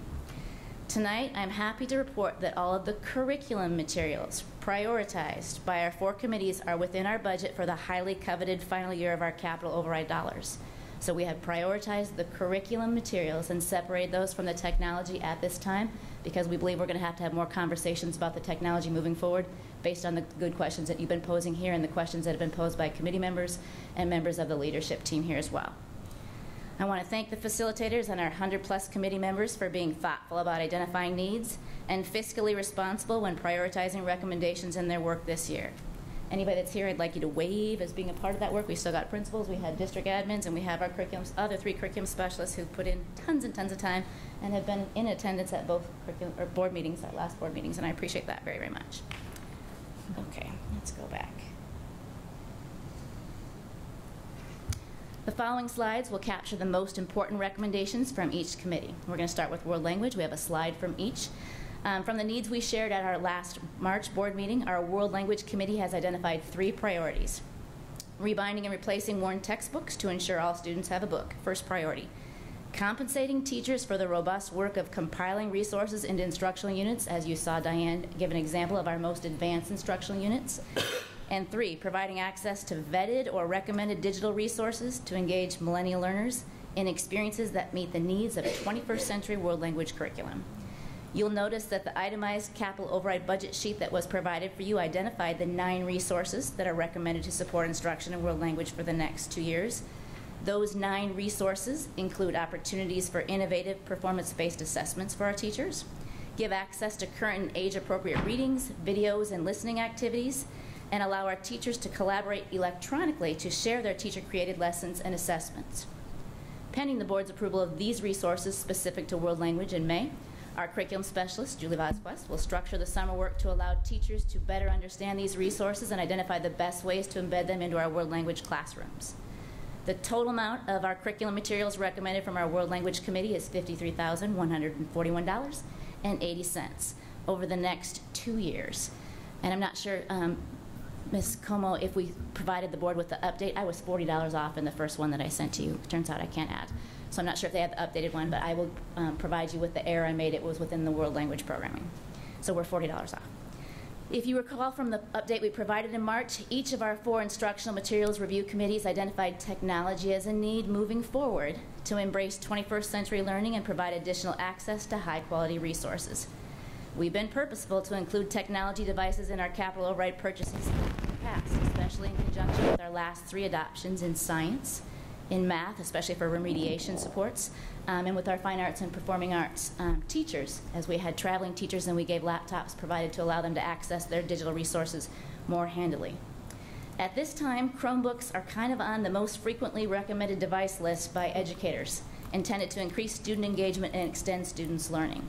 So the right side of the current slide shows a projected budget for what it would look like to purchase 1 set of Chromebooks for each high school world language department to share. That starter set of Chromebooks would cost $55,000. Currently, even with our intended carryover, we do not have enough dollars in our instructional materials capital override budget to pursue purchasing additional technology devices for all 4 areas at this time. There are a number of ways we can continue to get more technology into our classrooms, including expanding BYOD initiatives, as we started to talk about this evening, pursuing business partnerships that are looking for opportunities to provide technology devices to public schools. We've got those kind of opportunities awaiting us as well as purchasing more devices and carts for classroom usage from other available resources. But to ensure quality learning experiences amongst all of our SUSD students moving forward, pursuing new resources in overrides or bonds for these devices will likely be important moving forward. And the inventory that you've asked for, we've started to do. We know by device and by campus at all of our elementary schools where those resources exist, regardless of which funding source has paid for them. So that's a start to our equity conversation that we've been pursuing throughout this adoption. Our Social Studies Committee prioritized 3 areas to address the gaps they identified. Like our World Language Committee, their first prioritized recommendation is to rebind or replace our worn textbooks to ensure all students have a book in all of our social studies classrooms moving forward. Second, also like our World Language Committee, they requested that we find a way to compensate our teachers for coming together in the summer to begin compiling resources into instructional units. And third, this committee asked that we provide online access to our current textbooks where possible. And as we shared in our last presentation in March, the big chunk of those resources are no longer available because they have expired and they don't make them anymore. But our Glencoe materials still have those resources, and our teachers will have access to that moving forward. Lisa Zerbel is structuring our work this summer, our social studies curriculum specialist, to allow our teachers to organize units that include free online resources within our state library services and other open source resources that have become available. That work will also include looking at additional resources we already have access to from Discovery Ed streaming and the digital licenses supported by the dollars we've purchased our capital override library materials from. There's lots of digital resources we have access to for social studies that would support instruction there as well. So there are no capital override dollars associated with that third recommendation at this time. Based on our enrollment projections from HR and talking with our bookstore managers, we've allocated $45,000 over the next couple years to rebind and purchase social studies textbooks. And we believe that budgeted amount allows us a little room to purchase additional books in social studies for courses that now make or grow in the next couple of years as well. Again, the right side of this slide shows a projected budget for what it would cost to purchase 1 set of Chromebooks for each high school and every middle and K-8 school to share amongst teachers in their social studies departments. And just to provide a little context, that's how we started our classes of laptops, carts, or Chromebooks. In science, we purchased 2 per campus, and at the middle schools, we purchased the same amount for middle school, and every 3rd grade got one to share as well. So that's kind of what our starter was with our science adoption a couple of years ago. So the total amount recommended for the curriculum resources for social studies is $45,000. Our high school ELA committee prioritized 3 needs as well. First, they recommended that we provide Turnitin.com for all high schools. That is a tool to prevent plagiarism. It verifies content and provides some support to teachers in evaluating students' written work.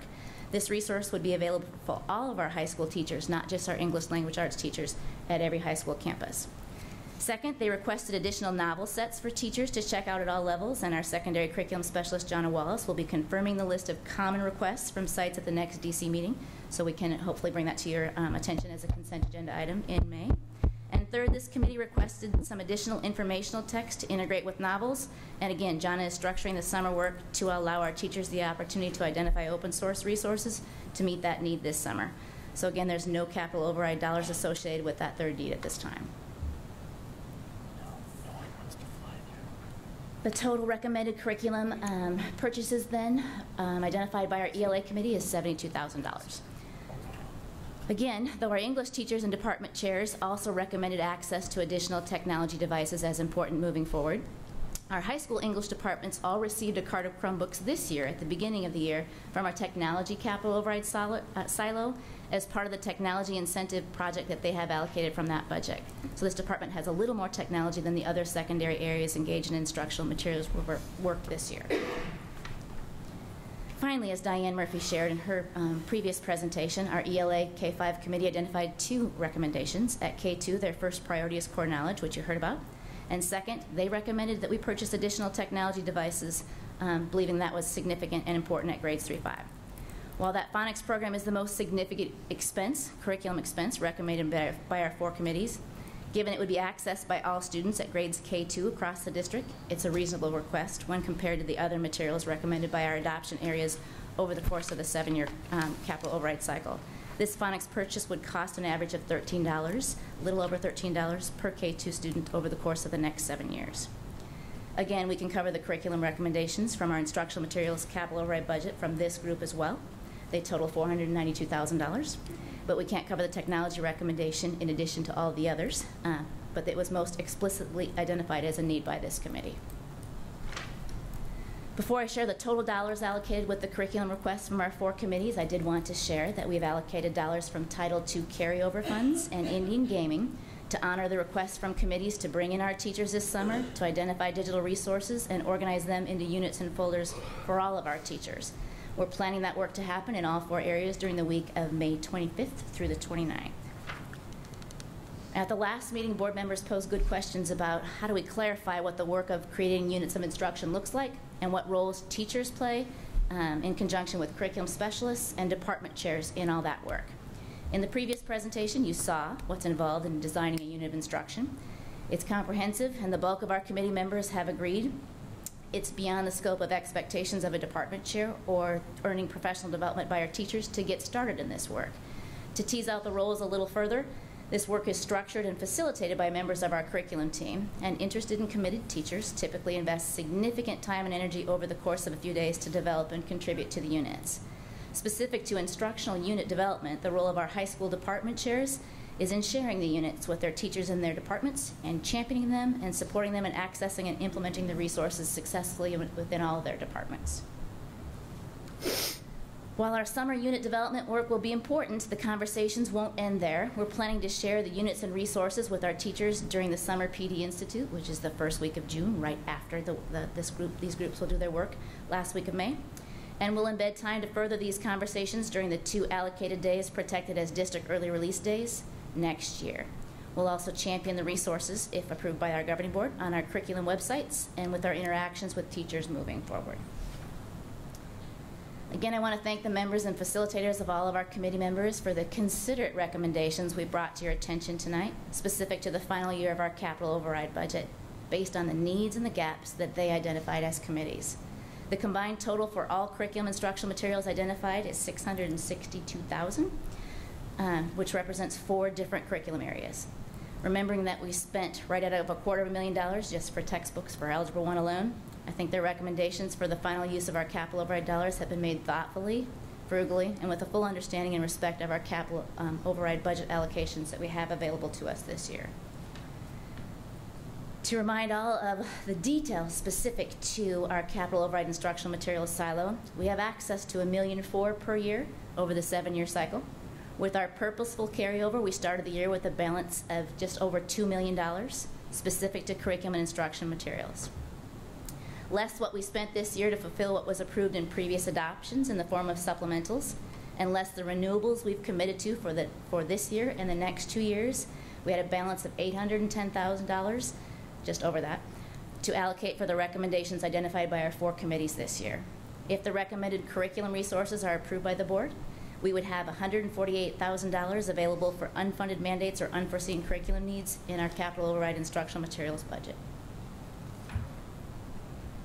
Before I entertain questions, I wanted to quick pause and thank every principal, teacher, parent, curriculum specialist, and district admin that's ever led the work of previous instructional materials adoptions over the 7-year override. As a result of everybody's work and the recommendations from those previous committees, our students and teachers have accessed over $10 million worth of quality materials organized and distributed by our SUSD warehouse, and that's significant. Persons can review every adopted text and resource by course within our digital backpack. I want to thank you for allowing us extensive time to share the work and the prioritized recommendations of our instructional materials review committees that have been meeting this year. Our next step will be to ask the board to approve the curriculum recommendations prioritized by our committees at the May meeting as a consent agenda item, and to include the resources and materials that have been requested by the board this evening. And with that, I'd be happy to entertain the questions that you might have.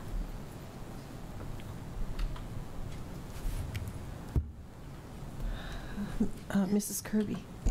Thank you. I'll try to be brief.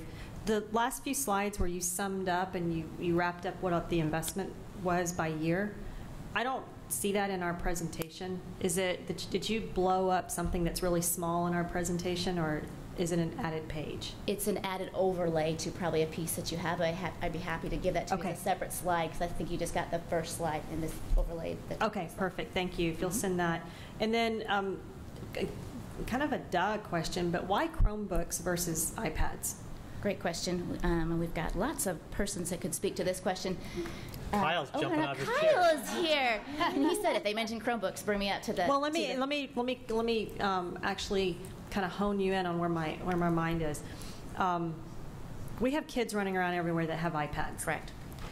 I don't see kids running around everywhere with Chromebooks. So my question kind of goes to, can you, if you have an iPad and you bring your own technology to school, which we have advocated as a district, can you access all of these materials through your iPad? If the answer is yes, fine. If the answer is no, then I'm going to ask the question of, then why would we try to shift an entire district of kids to technology that nobody has? Would you like in our district? Question? I'd love to take a crack at that, but since I've got the expert to my left, I'm going to let him. I'll back clean up. Dr.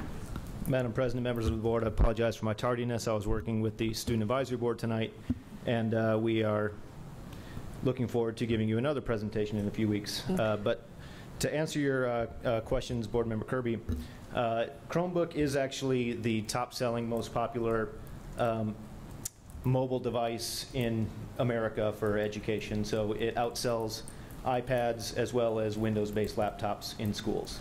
So while we do have a good number of schools who have purchased iPads on their own, it's not the #1 device for education. It is a very popular one. Most vendors now are going to a set of standards that are called interoperability standards. We commonly refer to those as being device agnostic. So when we evaluate products, that's one of the things that we look at is, can it work on any device? The reason why Chromebook has gained in popularity is not just because of the better price tag, but it is in some ways a more powerful machine than an iPad. It is larger in screen real estate. The model that is in the presentation has an 11-inch screen versus a 9-inch on an iPad, and it also has a full tactile, fully functioning keyboard that is attached to it. It looks and functions very similar to a laptop. So in terms of preparation for keyboarding skills and things like that, Chromebook is a better option than an iPad. If our schools have purchased iPads, if they have purchased keyboards to go along with them, they probably bought a Bluetooth keyboard, which for a long time was the most popular option. Those Bluetooth keyboards make the iPads non-standardized testing compliant because they have to be wired. So there would be an additional purchase required in order to get a wired keyboard to go along with those iPads. Last year, when we were on the park exam and we did our testing of the test, I tried it out on an iPad and the screen real estate was way too small. The Chromebooks are in the same size as the laptops that we have for science. Okay, so now you've created another question in my head, but let's just start with the curriculum, but not the testing, but the curriculum. Can the students access the curriculum, the reading, the 3-5 reading curriculum, for example, from their iPads? Yes, Discovery Ed does comply with interoperability standards. Okay, so is it just that one, or do they all comply with interoperability? Because I don't want to go down a path with curriculum that we have no technology and we're only going to purchase at the rate of $30 per school. It's just not going to work. The Board Member Kirby, the subject for which Chromebooks would not be a feasible option would be science. Not Chromebooks, iPads. iPads and Chromebooks both have the same limitations. So something that would not work for an iPad would also not work on a Chromebook because they both have limitations with Flash and Java. So the only curriculum type of materials are for science with their probeware and those types of things, and that's why we have laptop PCs. Okay. So we won't be telling any children, no, you can't use your iPad anymore. We won't be telling PTOs, all those iPads you bought, can't use them anymore. You have to use the Chromebooks. They can still use their iPads if that investment and in fact, Mrs. Kirby, we're going back to our schools, and we've done a survey right now to identify some of the iPads that the schools have but aren't being used that were donated to them, so we can redeploy them in some of the other schools. Okay. So then you talked about the testing, which is this kind of why we're investing in all of these Chromebooks? Is this that we can take this Arizona Career Ready test? No. Okay. No, Board Member Kirby. That certainly is a concern that we always have to have, but as I work with colleagues in other Valley school districts through various consortiums and team-ups that we do, and I talk with my colleagues in school districts across the country and across the world, Chromebooks are the way that we are getting students prepared for future endeavors, 21st century skills, whatever nomenclature you want to use. It is just the device that schools are using these days. Well, some schools, many of them private, are using iPads. I think it was Notre Dame that purchased iPads. All Saints is all on iPads. Public school in Austin, Texas, all on iPads, a high school. So, I mean, I get it. I did quick research. Chromebooks are significantly less expensive, which probably is, when you're dealing with very large school districts, it becomes a cost efficiency question. So that leads me then to my last question, and that's beyond year one technology costs. What are those? Because we all know that technology is the gift that keeps on giving with respect to expense. You make that initial investment and it just doesn't go away. You have to continue to keep them up. And if it's a less expensive product to start with, usually you get what you pay for. So what's the history of the loss rate, the breakage rate, the repair rate, and how often are we going to have to replace the Chromebooks to keep up with that initial investment? And Board Member Kirby, I appreciate that question. Chromebooks come in a variety of shapes and sizes, and the cheapest model is definitely not the best model. You definitely do get what you pay for. So when you see advertisements for sub-$200 Chromebooks, those are usually not the best models for schools, and they would have a high breakage rate.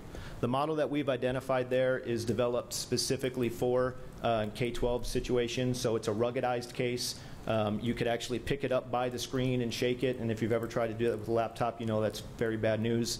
It's got a 6-foot drop height, keys that cannot be popped out. They're anti-pop keys, so they're they're tanks, Okay. basically. And Chromebooks are made, all devices have an end of life.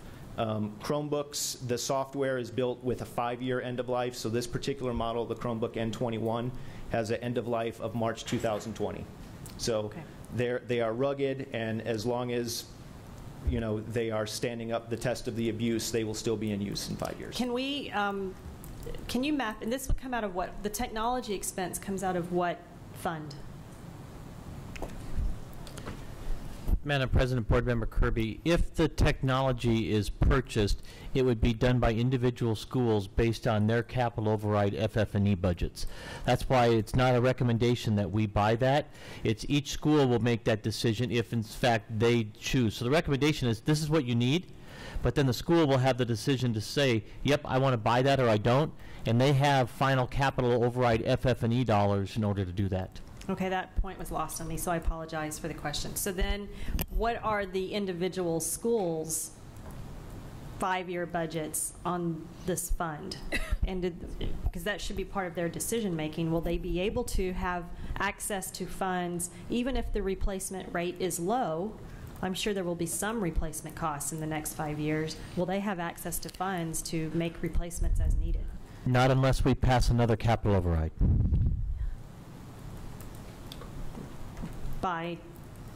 Okay. That's why you see the budgets that are being done and our carryover, we are right now looking to extend those budgets for the next 2 years. So 15, 16, and 16, 17 is where we're looking. We're looking to get through the end of fiscal year 17. Because, okay, well then, this is before my time, maybe President Snead can speak to it, but I think last time we floated a capital override for technology, it didn't go over so well. Is that true? The time before last, right? I think she's thinking of the time before last. That was the first time we ever did it. This last time it passed. Okay, thank you. Anything else? Thank you very much for your presentation. Very much. Thank you for your feedback. Anybody else? When we bring back our information for as a consent agenda item, we will include the compatibility with the devices for all the recommendations on the curriculum side as well. So you can be assured that they would work on which devices. I think that might be a thoughtful thing to do as we present that as well, to make sure they work on iPads, Chromebooks, whatever device, whatever mobile device. So we'll work closely with Kyle before we present that. Thank you. The next item on the agenda is 10A, an action item.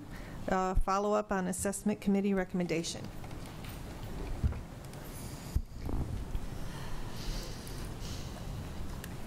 Good evening, Madam President, members of the board, Dr. Peterson and Sandra. As this item is properly titled, this is a very quick follow-up based on the presentation on March 24th, the recommendation from the SUSD Assessment Committee.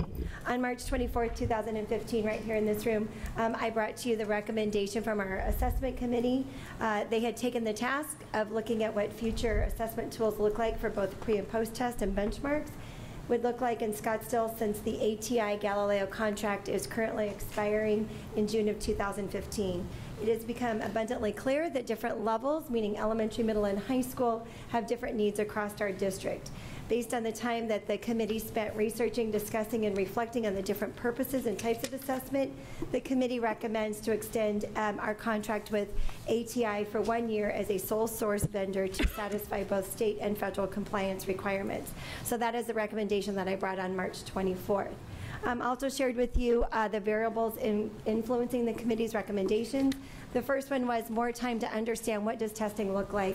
We are currently administering Arizona Merit for the very first time in our state, and we're learning a lot as we go along. Also taking a look at fiscal responsibility. We want to make sure that we're not spending money on a program that may or may not support our district and or state regulations moving into the future. Our district needs to remain in compliance with state and federal mandates, such as move on when reading, teacher classification, student growth, and so on.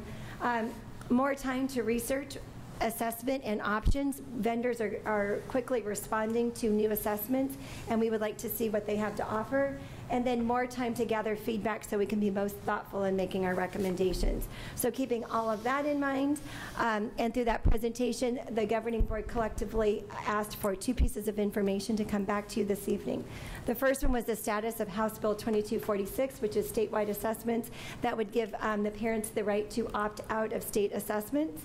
And then secondly, you asked if we could take a look at our student pricing with our current ATI contract. Could it be reduced in 2015-16 if we used less of the product? So here are the answers to those questions. Question number 1 is the status of House Bill 2246 with parent opt-out. That answer was provided for us on March 21st when that bill failed. So there is no parent opt-out for this next school year.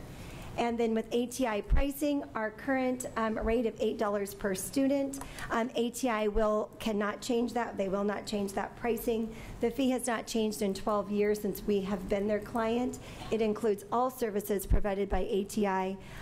There's no price reduction for reduced usage, and there's also no increase for additional features, which SUSD has been very good about requesting and receiving customized features within the product.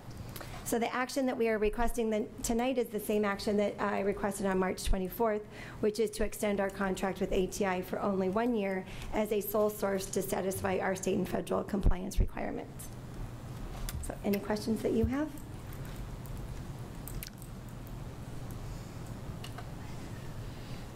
Mrs. Kirby. Thank you. On the, can you go back a couple of slides?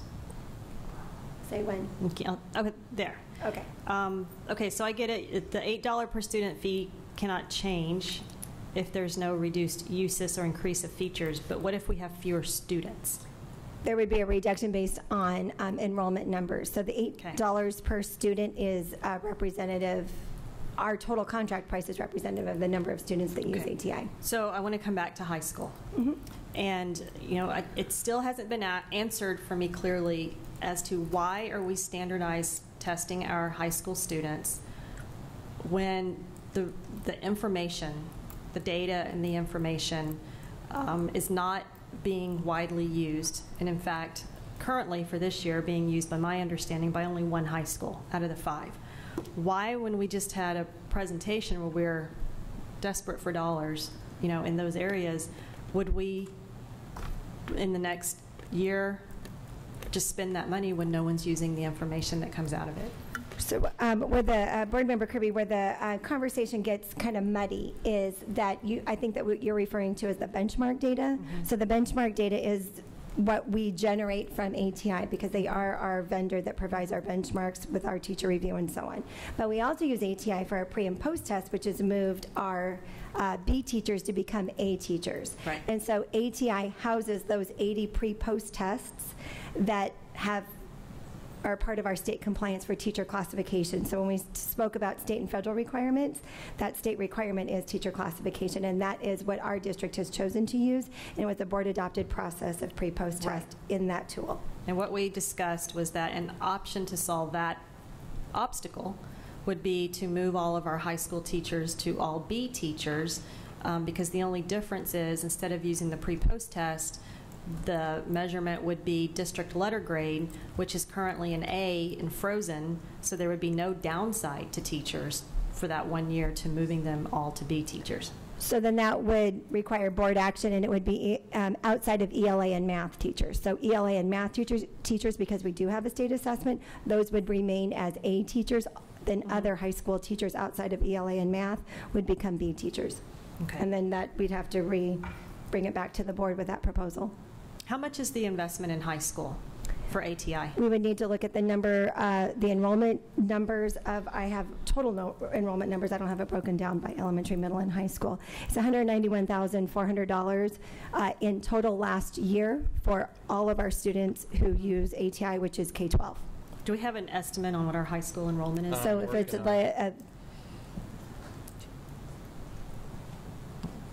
because if we're 30%, quibbling over $10,000, it's not worth it. But 30% of our enrollment, I would estimate, or guesstimate is better than estimate.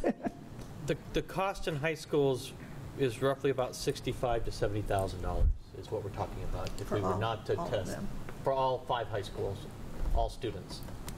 It's not chump change. It's not chump change when the data is not being used. The benchmark data is not being used. Right.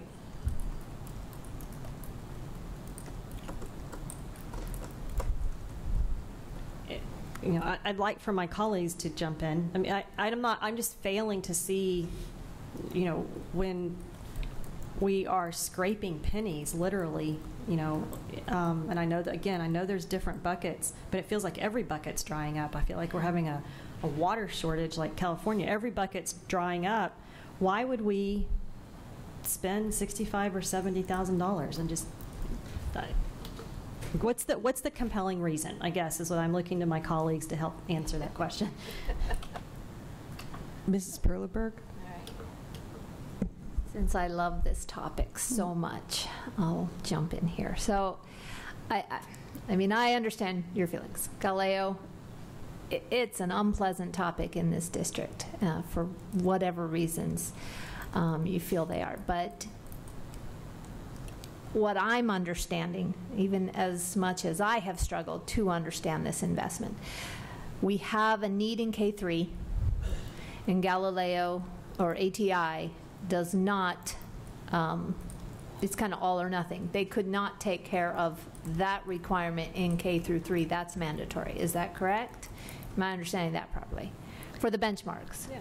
Okay. So currently state legislation with K3, we have to upload our data 4 times a year of how our students are performing in ELA, specifically in reading, kindergarten, first, second, and third grade. We are using our benchmark data, our reading benchmark data in those 3 grade levels. And that's mandatory, and it's mandatory through K through 3. Is that correct? It's mandatory that we upload data. As a school district, we choose to use our SUSD plan is our benchmark data. That's what we've got. And so that's what we upload. Okay. If we were a Dibbles district, or if we used another form of assessment, or if we did something different in our district, not every district has the exact same plan. Districts have the autonomy to be able to develop their Move On When Reading plan to meet state requirements based on the assessments that they administer. Right. I think it's also, so keep going. But, well, that's okay. But that kind of leads to that clarification that I have heard before too, is that those assessments, it can't simply just be tests. There's factors. I know Dr. Meniel has taught it, the dynamic, please help me with the word. Oh, I thought there was like some sort of dynamics or standard deviation, psychometrics. Thank you. Thank you. The big idea is psychometrics, valid and reliable are concepts within psychometrics. Okay, so, and that, the man hours, the time, that's really what we're purchasing, or the benefit we're getting with ATI is that's those psychometrics that would be very hard to. Is my understanding on that correct? Because you all know we've asked this question. Where I believe that you're going is, could we do that in-house? Do we have staff in-house to do that, and that we don't need a vendor to do it? Currently, with our staff, if we don't have a director of assessment, we don't have any staff to be able to do that. And that's my understanding of past questions asked about this. So, and the idea of a K3 purchase is not possible. It's K12, no matter what. Is that correct? The purchase could be per student. So if we chose to purchase the product for kindergartners, first graders, second graders, third graders, that would reduce the cost. That was Board Member Kirby's question. Okay. So middle school, those teachers still do require the pre and post test, or no? Yes, K-12 teachers outside of ELA and mathematics, if we do not have a state assessment for their content area and grade level, they are, to move them to A teachers, we have the pre-post assessment system for which we have 80 tests, meaning we have teachers connected to those 80 content areas, and we moved 80 teacher groups from B teachers to A teachers to satisfy the state mandate. And that was based on teacher feedback that said, for many years working with, under the leadership of Katie Kavanaugh and Ann Hansen, back that long ago, when Scottsdale teachers said, we would like to create our own tests, we want to be measured on our own assessments and our own content areas. We do not want our teacher classification connected to pay for performance based on the work of our ELA and math colleagues. Okay. That was the reasoning. So the ELA and the math, that also is the requirement or those have to be A teachers? So that's where I'm getting. Current legislation for teacher evaluation talks about teacher classification. The classification of a teacher, as agreed upon and voted by this board, 65% of their classification comes from the evaluation with their evaluator, their site administrator, in addition to student growth, 33% based on student growth, and 2% on a parent survey question. That 33%, if you are not in Ames, back in the day, Ames tested subject area, you are then a B teacher. To move the majority of our teachers are not A teachers, to move the majority of our teachers to become A, we had to create an in-district system of valid and reliable assessments in the content area in which they teach. That was the request, the wholesale request of our teachers at large, which put to work hundreds and hundreds and hundreds of hours of teachers coming together to write pre-test and post-test in those 80 content areas that are were not assessed on Ames. We've moved to Arizona Merit. Ames, we had 3 content areas, 3 areas that were tested in high schools. That has moved to 6 different content areas and grade levels within high schools for Arizona Merit. No change at the elementary in terms of Ames versus Arizona Merit.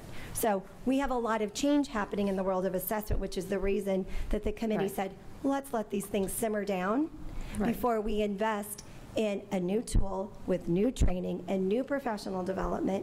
And we have a crystal ball to what's happening at the state. Because House Bill 2246 did not pass with parent opt-out, you know that there's a lot of work being done right now to work around that, which will look at providing more local control to school districts.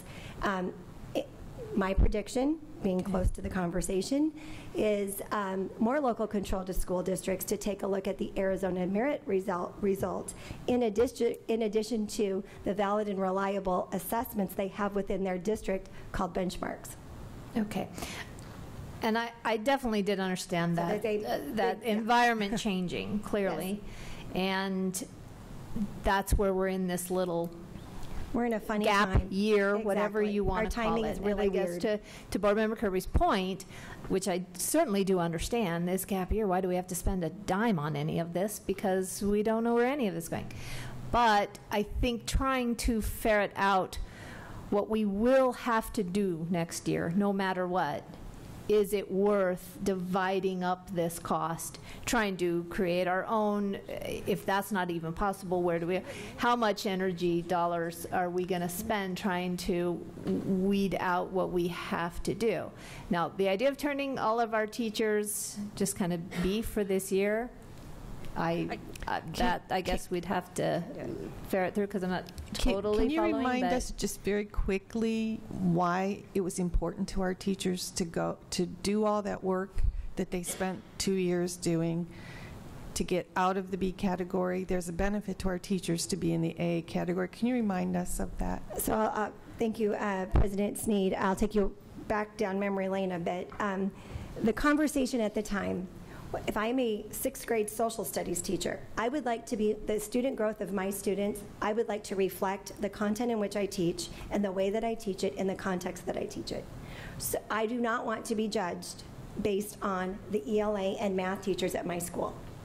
So I want my own content to be represented and equally as important for my student growth. So what we had to do was go to work, bringing this example, 6th grade social studies teachers across the district together to say, let's agree on what you teach by semester. What are the high priority standards that you teach? Great. Let's create an assessment, a pre-test and a post-test, to measure how much kids have learned over that amount of time.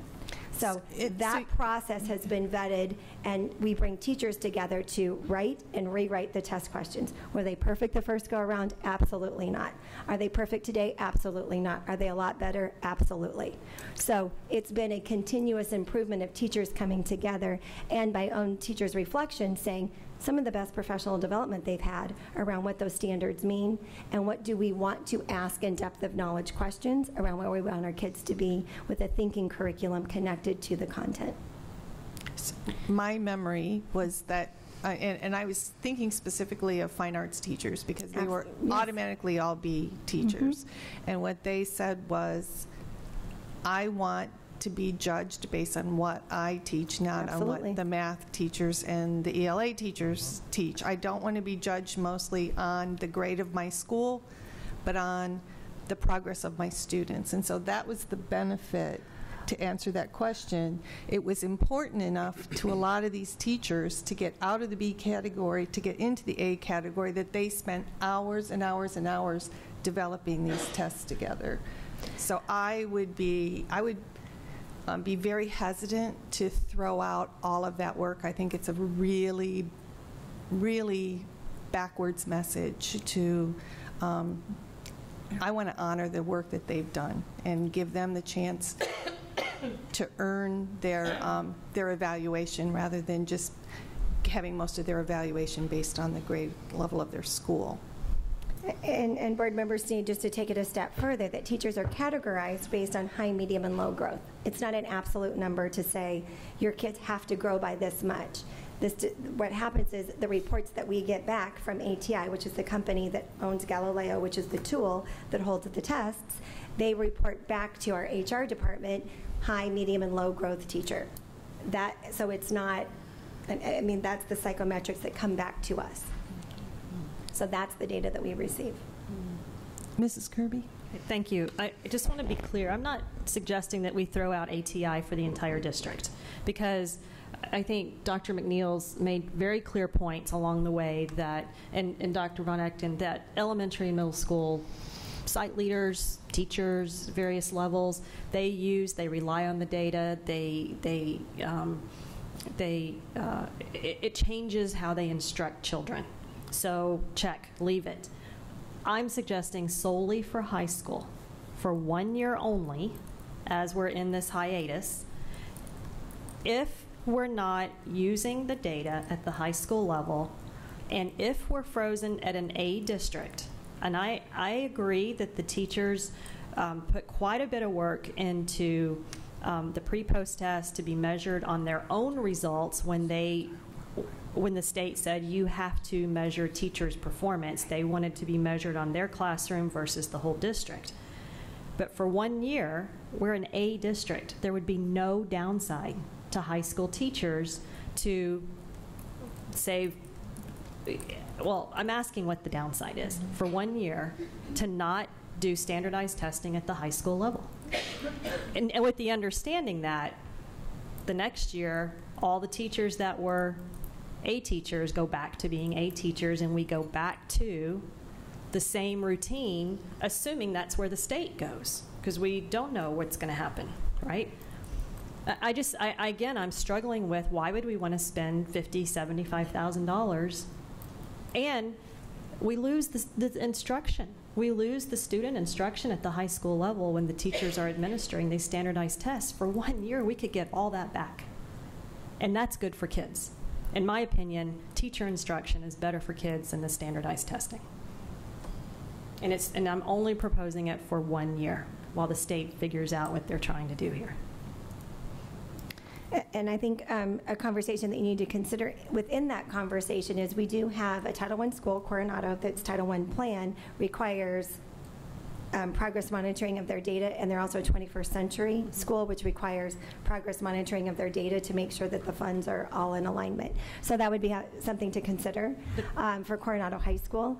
Also want to share that Dr. Von Echten is working very closely with principals around the question that Dr. Peterson shared with our math department chairs in the spring, which was, if not benchmarks, then what? So going to teacher-created assessments by schools, determining what we do to progress monitor. There's no high-performing system that doesn't progress monitor their product. So I mean, so what does that look like? What does that student learning look like?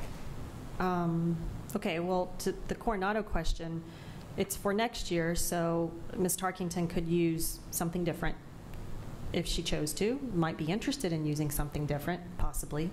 And then the whole math question now is a new obstacle that I'm just now feel like I'm hearing for the first time on the math assessment and what the high school teachers use.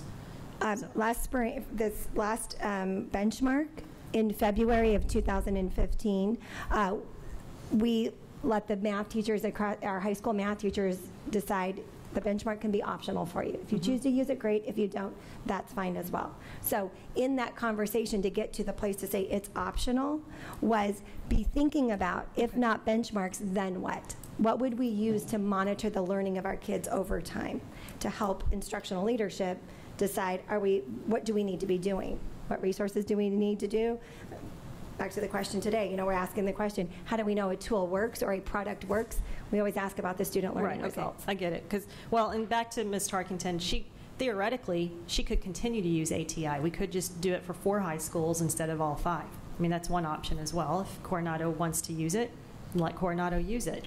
And then back to the math, I think the math teachers, that's why the question was asked, if not ATI, then what? Well, they're not using ATI. So it's a good question, but it doesn't change the fact that they're still not using ATI.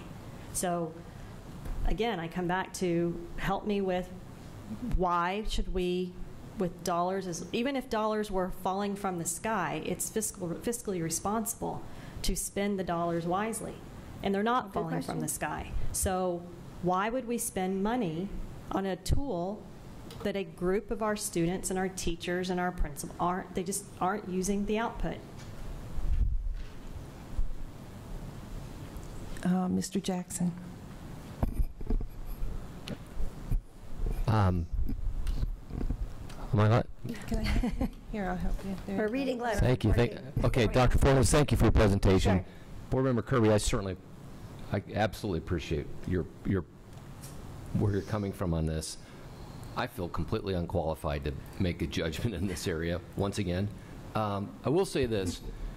Could we, tonight, move forward, and if the board agrees, approve ATI as a vendor, since it's done on a per-student basis, the decision about which high schools choose to use this assessment tool can be, I don't feel comfortable making, I certainly appreciate where you're going. I don't think that decision needs to be made right now, because just approving the contract for 1 year to use ATI, the high schools could adopt it or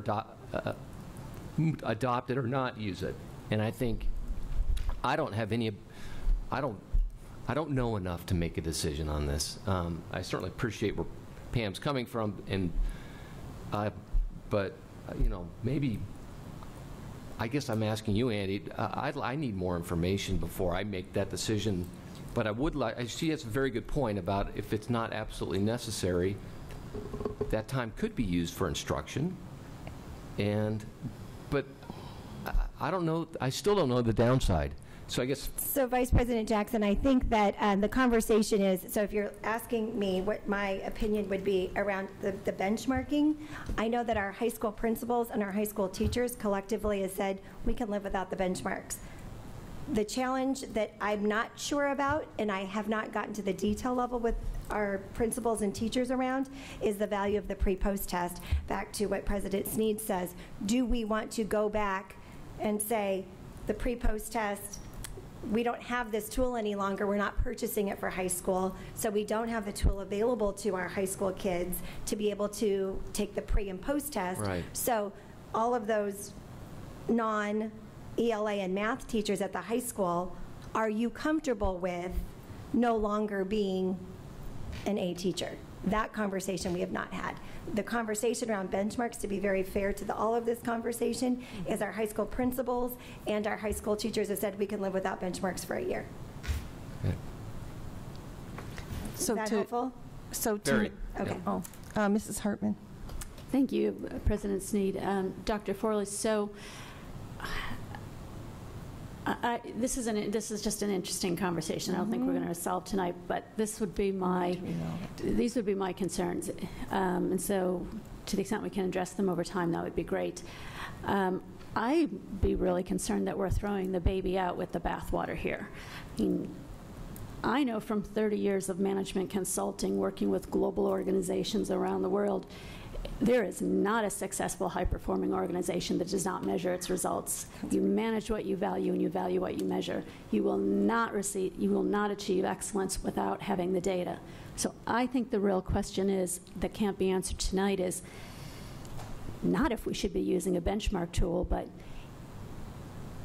how are we using it, and if we're not using it, why? Because I also know from benchmarking and from doing any comparative analysis, it's what you do with the data at the end, and can you analyze it? Do you have the bandwidth? Do you have the data analysts? Do you know, is it collected consistently? There's a plethora of reasons why the data may not be used, but I would caution us to really focus on how to use that data and how to identify a set of metrics, whatever they are, ATO, Galileo, whatever they are, so that we can use the data, and as importantly, to not only inform, teaching, but actually inform personal education for the student, because those are two different outcomes that come from that as well. So more a comment and just kind of a cautionary tale that I'd like us to explore a little bit more as we go forward. And by the way, my understanding is we have talked about this in work study, and my understanding was that the reason why we were doing it for 1 year is that we want to answer those questions. It's just that we don't have the opportunity to answer them right now, but that would be addressed in the next round of evaluating tools. So that's where I'm assuming we're going right now. Yes. Is that fair? Board Member Hartman, that is very fair. And part of the conversation is, as we have had change in administrative leadership and time to dedicate to the training of our principals around the tool and using the tool and accessing the tool and all of the reports of the tool, I mean, we have to also do our own self-reflection, say, have we provided the support systems to our building leaders to make sense of the data and to understand all the tools that are at their fingertips? Also, a lot of great conversations around the test does not necessarily measure what I taught. Oftentimes, what we teach is not always the standard. So a lot of good conversation comes from that. Mrs. Kirby. Thank you. So to Board Member Jackson's questions, you'd stated that the high school teachers and principals have stated, with the exception of one, that they aren't using this data. And we all agree with that. What you haven't shared with them or asked them the question is, if we don't have this to administer the pre-post test, then what? I think that's a good question to ask them, with the follow-on that a possible solution will be that, or could be, that all of your teachers for 1 year convert to B teachers. It's districts frozen as an A. There's no downside. So present that as a possible solution when you ask the question. If we choose to keep this, to Board Member Hartman's point, and it's a shame that we had to get to this point to force this question, that we've been throwing money away for years, apparently, without using the data at the high school level. But what resources, what investments is the district going to make to our sites to provide the training, the tools, whatever our high school principals need to use this data? What's that look like? What's the process? What's the investment level, et cetera? So if the district wants to continue to advocate that, yes, we want to do this in high school for 1 more year, then please come back with that as well, as to what's going to be different. Tell me what's going to change. So Board Member Kirby, we will share our current professional development supports typically go to the testing coordinator, which is the AP for Ed Services at the high school specific level. So our reflection has been, we've put our energies there, and we really need to really bring our principals into the conversation. And Dr. Von Echten has this as part of his breakout agenda on Thursday, talking about continuous improvement and school improvement and what does this look like. It's also important, and I'm going to take a bold step and remind ourselves that the baselines and measures that were adopted as goals for Dr. Peterson include benchmark data in grades 3, 5, and 8. And Mitch is behind. Mitch, could you talk a little bit? What conversation have you had with the high school principals? Because some of the teachers do use it. Clearly others don't. And so there's a combination there. It's a variety across the high schools. It's utilized in some areas and sometimes in places you would least expect it. One of the high schools says that their world language departments uses the benchmarks in terms of some of the measures they have for their students, and that's not typically a place we'd think of world language department utilizing it. So It's varied. Could it be utilized more? Absolutely, but that does to some degree then how is it meaningful to that school? And that's really, starting this fall, has become a bit of a conversation in terms of that question. How are we measuring not just growth of students, because benchmarks we have utilized, to kind of put a measure in how will they do at an end of year Ames test. But we've kind of lost sight of, though, is the importance of benchmarking, and I'm using benchmarking then in the broadest sense, in terms of taking those pivotal measures of how are the students doing in terms of acquisition of standards. Are teachers being true to teaching those standards? It does kind of funnel the teaching to that, so that we can modify, or modify is not the right word, but inform our instruction to make the appropriate changes. That's the true notion of benchmarks. So what has happened is it's really become a broader question with the high school principals. Well, what does benchmarking take shape in? Is it just some kind of a test out of ATI, or are there other common assessments that could be developed within departments and utilized so teachers can have conversations and talk about how their students have grown? That takes a lot of work too. So the message that I've had with principals then is, all right, let's talk about this. How at your site will you measure the growth of your students so teachers can adjust their instruction, look at the design of the curriculum to really make it meaningful for students? I think I gave you kind of the 10,000-foot view, but it is a big conversation at this point, and it's going to be a bigger conversation going forward, I think, as we look as to what is school improvement and what is continuous school improvement. Well, that's true, and our high schools will be under the advanced ed accreditation process next year, so it's going to be really, that will be a part of that conversation as we have an outside set of eyes looking at our schools with that lens also. Mm-hmm.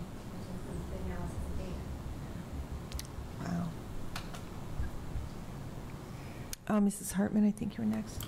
Thank you. Is this working? Yes. It is? We're good. Okay.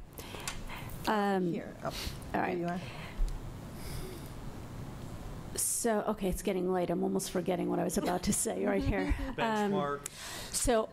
No, I know the phrase I wanted to throw out there that I want us to always remember is unfunded mandate, okay? So that is the big challenge. That is the big elephant in the room.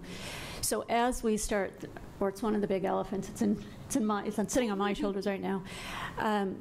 But as you're having those really meaningful conversations, which it sounds like the right conversations are being had around really important topics, here's the other, even though we can say unfunded mandate over here, I would really be interested in what the teachers, the professional educators have to say. If money weren't an object, what would a best practice look like? What would that be? Because so often I think we limit our answers to what we think we can do.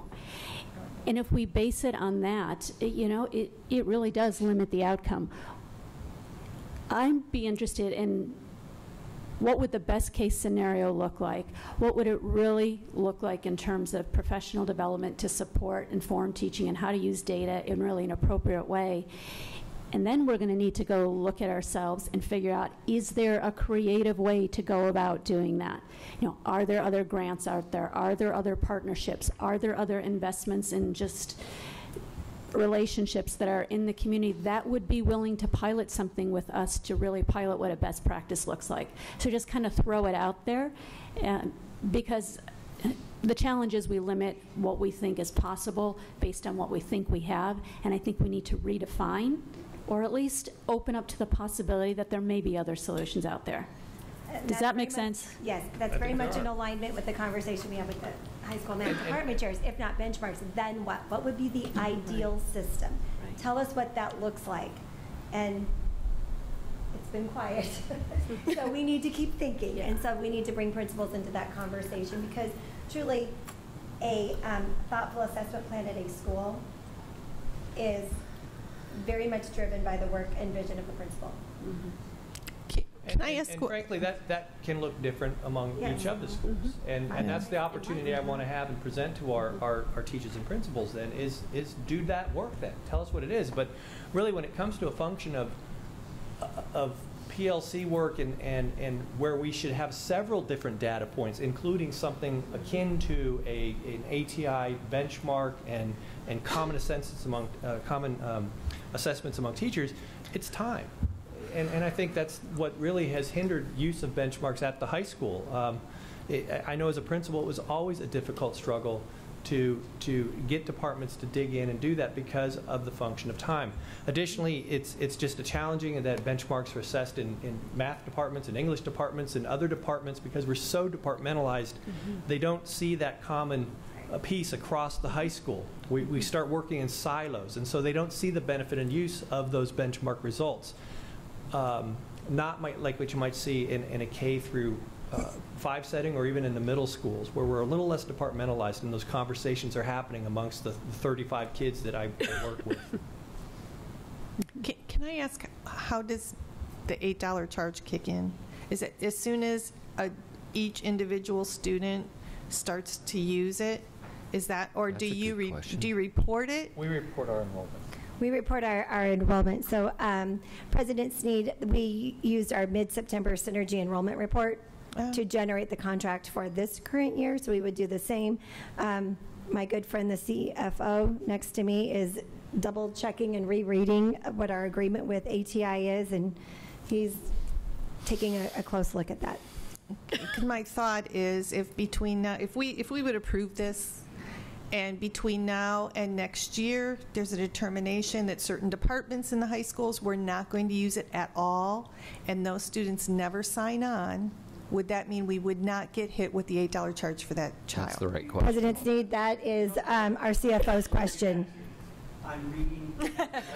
Okay, because Yes. all this other stuff, Correct. is, more philosophical and things that the committee's going to work on in the future, and I'm wondering if we aren't wasting everybody's time tonight, if that's the answer to the economy.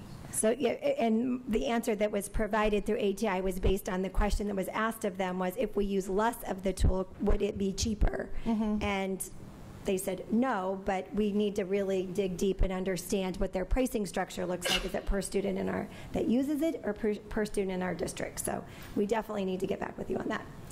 Oh, well, and the other question would be, if between now and the time that the contract is signed and the enrollment is given to them, if it's decided that one entire high school is just, they don't want to do it, which honestly, if I were a teacher that spent 2 years trying to develop this bank of pre and post tests, I'd be a little bit upset with the idea of throwing it out. So I don't want to go there. But if say an entire department decided no, they didn't want to do it, would we have to report them in the enrollment?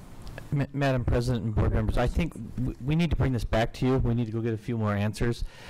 I would venture to guess that when ATI quoted this, they quoted it with the understanding that every student in the district would be utilizing the tool in one way or other. So we need to go back to them and say, you know what, we've got this 1 year where we may have 2,000 students that do not want to utilize this. Can we discount that? They may say, nope, it was all of your students. And so, but we need to ask that question.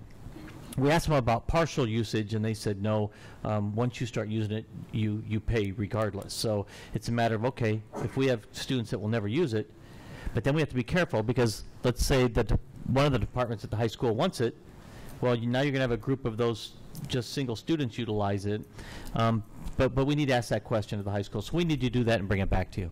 Okay. And I know it's a very long night, but I do need to be very fair to this conversation and tell you that the civics test that is now a graduation requirement is housed in ATI, just so that you know. Well, there's a good reason. So, and that will be our data analysis and monitoring of the civics test. So my good friend Dr. McNeil just reminded me that we had all that already done. So and that is across all ATI users have access to the civics test. That was an unfunded mandate. Yes. Okay, Mrs. Kirby. Okay, just to wrap up. First, Sorry. The question about the teachers contributing to the pre-post questions, aren't those contributions based on aims? They're Or are No, they because based those are on age and non-Ames, those are not, well, they're not Ames tested subjects. They're not ELA or mathematics. They are not, if there is an Arizona merit test, you don't need a pre-post. So they are world history, they're geography, they're 7th grade social studies, 8th grade social studies, fine arts, band, 5th grade strings. They're all of those that do not have a state standardized assessment Okay, connected I mean, to them. maybe, let's ask That's why there's teachers. 80 of I've them. actually heard different feedback from teachers and that they're not big fans of the pre-post test because the students don't take them seriously. So Process improvement this year is that teachers can use those as a grade, and that was what the teachers had asked for. And then could I please get a copy of that contract as you're sitting there looking It's the at same paper that I sent with the presentation, so he's reading exactly what I sent. The position, the summary. I'm reading the position from when we asked for reduction based off of not services being used. I just want the contract that we're under right now. The Oh. whole, the legal, all the That's legal. separate. Okay, thank you. What Danny's reading is the Okay. same thing you have. All right, thank you. Thank you. I think we're done. So what are we doing? This was action, so We're going I'll... to bring it back in May. Am I still standing here? Okay. Yep, you're still standing there, Andy. It's not a dream. Make it go away. Okay.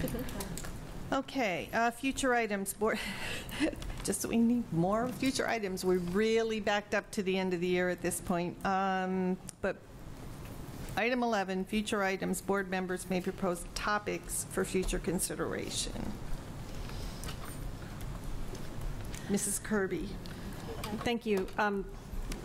I would like to get some specificity around when we will be discussing the budget here at the dais. Again, it was my understanding we were supposed to do it tonight based upon our last meeting. That didn't happen, so now I'm understanding we're doing it May 7th in a work study. Is that in lieu of the business meeting the following week or in addition to? Do you have the list there? Yeah, my understanding is in addition to. I have it on the 7th and the 12th. Are we under any, Dr. Peterson, are we under any position to approve the budget earlier than normal since the legislature adjourned earlier than normal? Or Madam President, Board Member Kirby, absolutely. Now that we know or have a reasonable understanding of what the dollars are, we can move forward to adopt a budget if we so choose. okay, so as long as we keep it on the 12th, we can leave that option open to ourselves to adopt it sooner. Okay, I just wanted. Oh, Danny's he's creeping up. Madam President, board member. But we have to advertise and everything else. We do have some statutes, plus the Auditor General doesn't have the forms out yet. Oh, okay. So we could approve a working document for the budget, but formally, we have some statutes that we have to do in June and July. So just to clarify. Okay, thank you.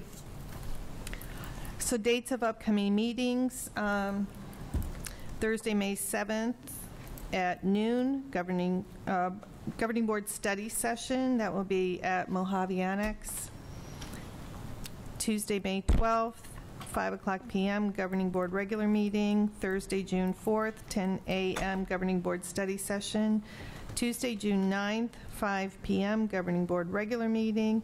Tuesday, June 23rd, 2 p.m., governing board regular meeting. Right now, scheduled for budget adoption at this point. And then item 13, governing board reports. And seeing none, I'd like to make a motion to adjourn. Can I have a second? I'll second that. Thank you, Mr. Jackson. All in favor, please indicate by saying aye. Aye. Aye. Motion passes 5-0. Thank you, everyone.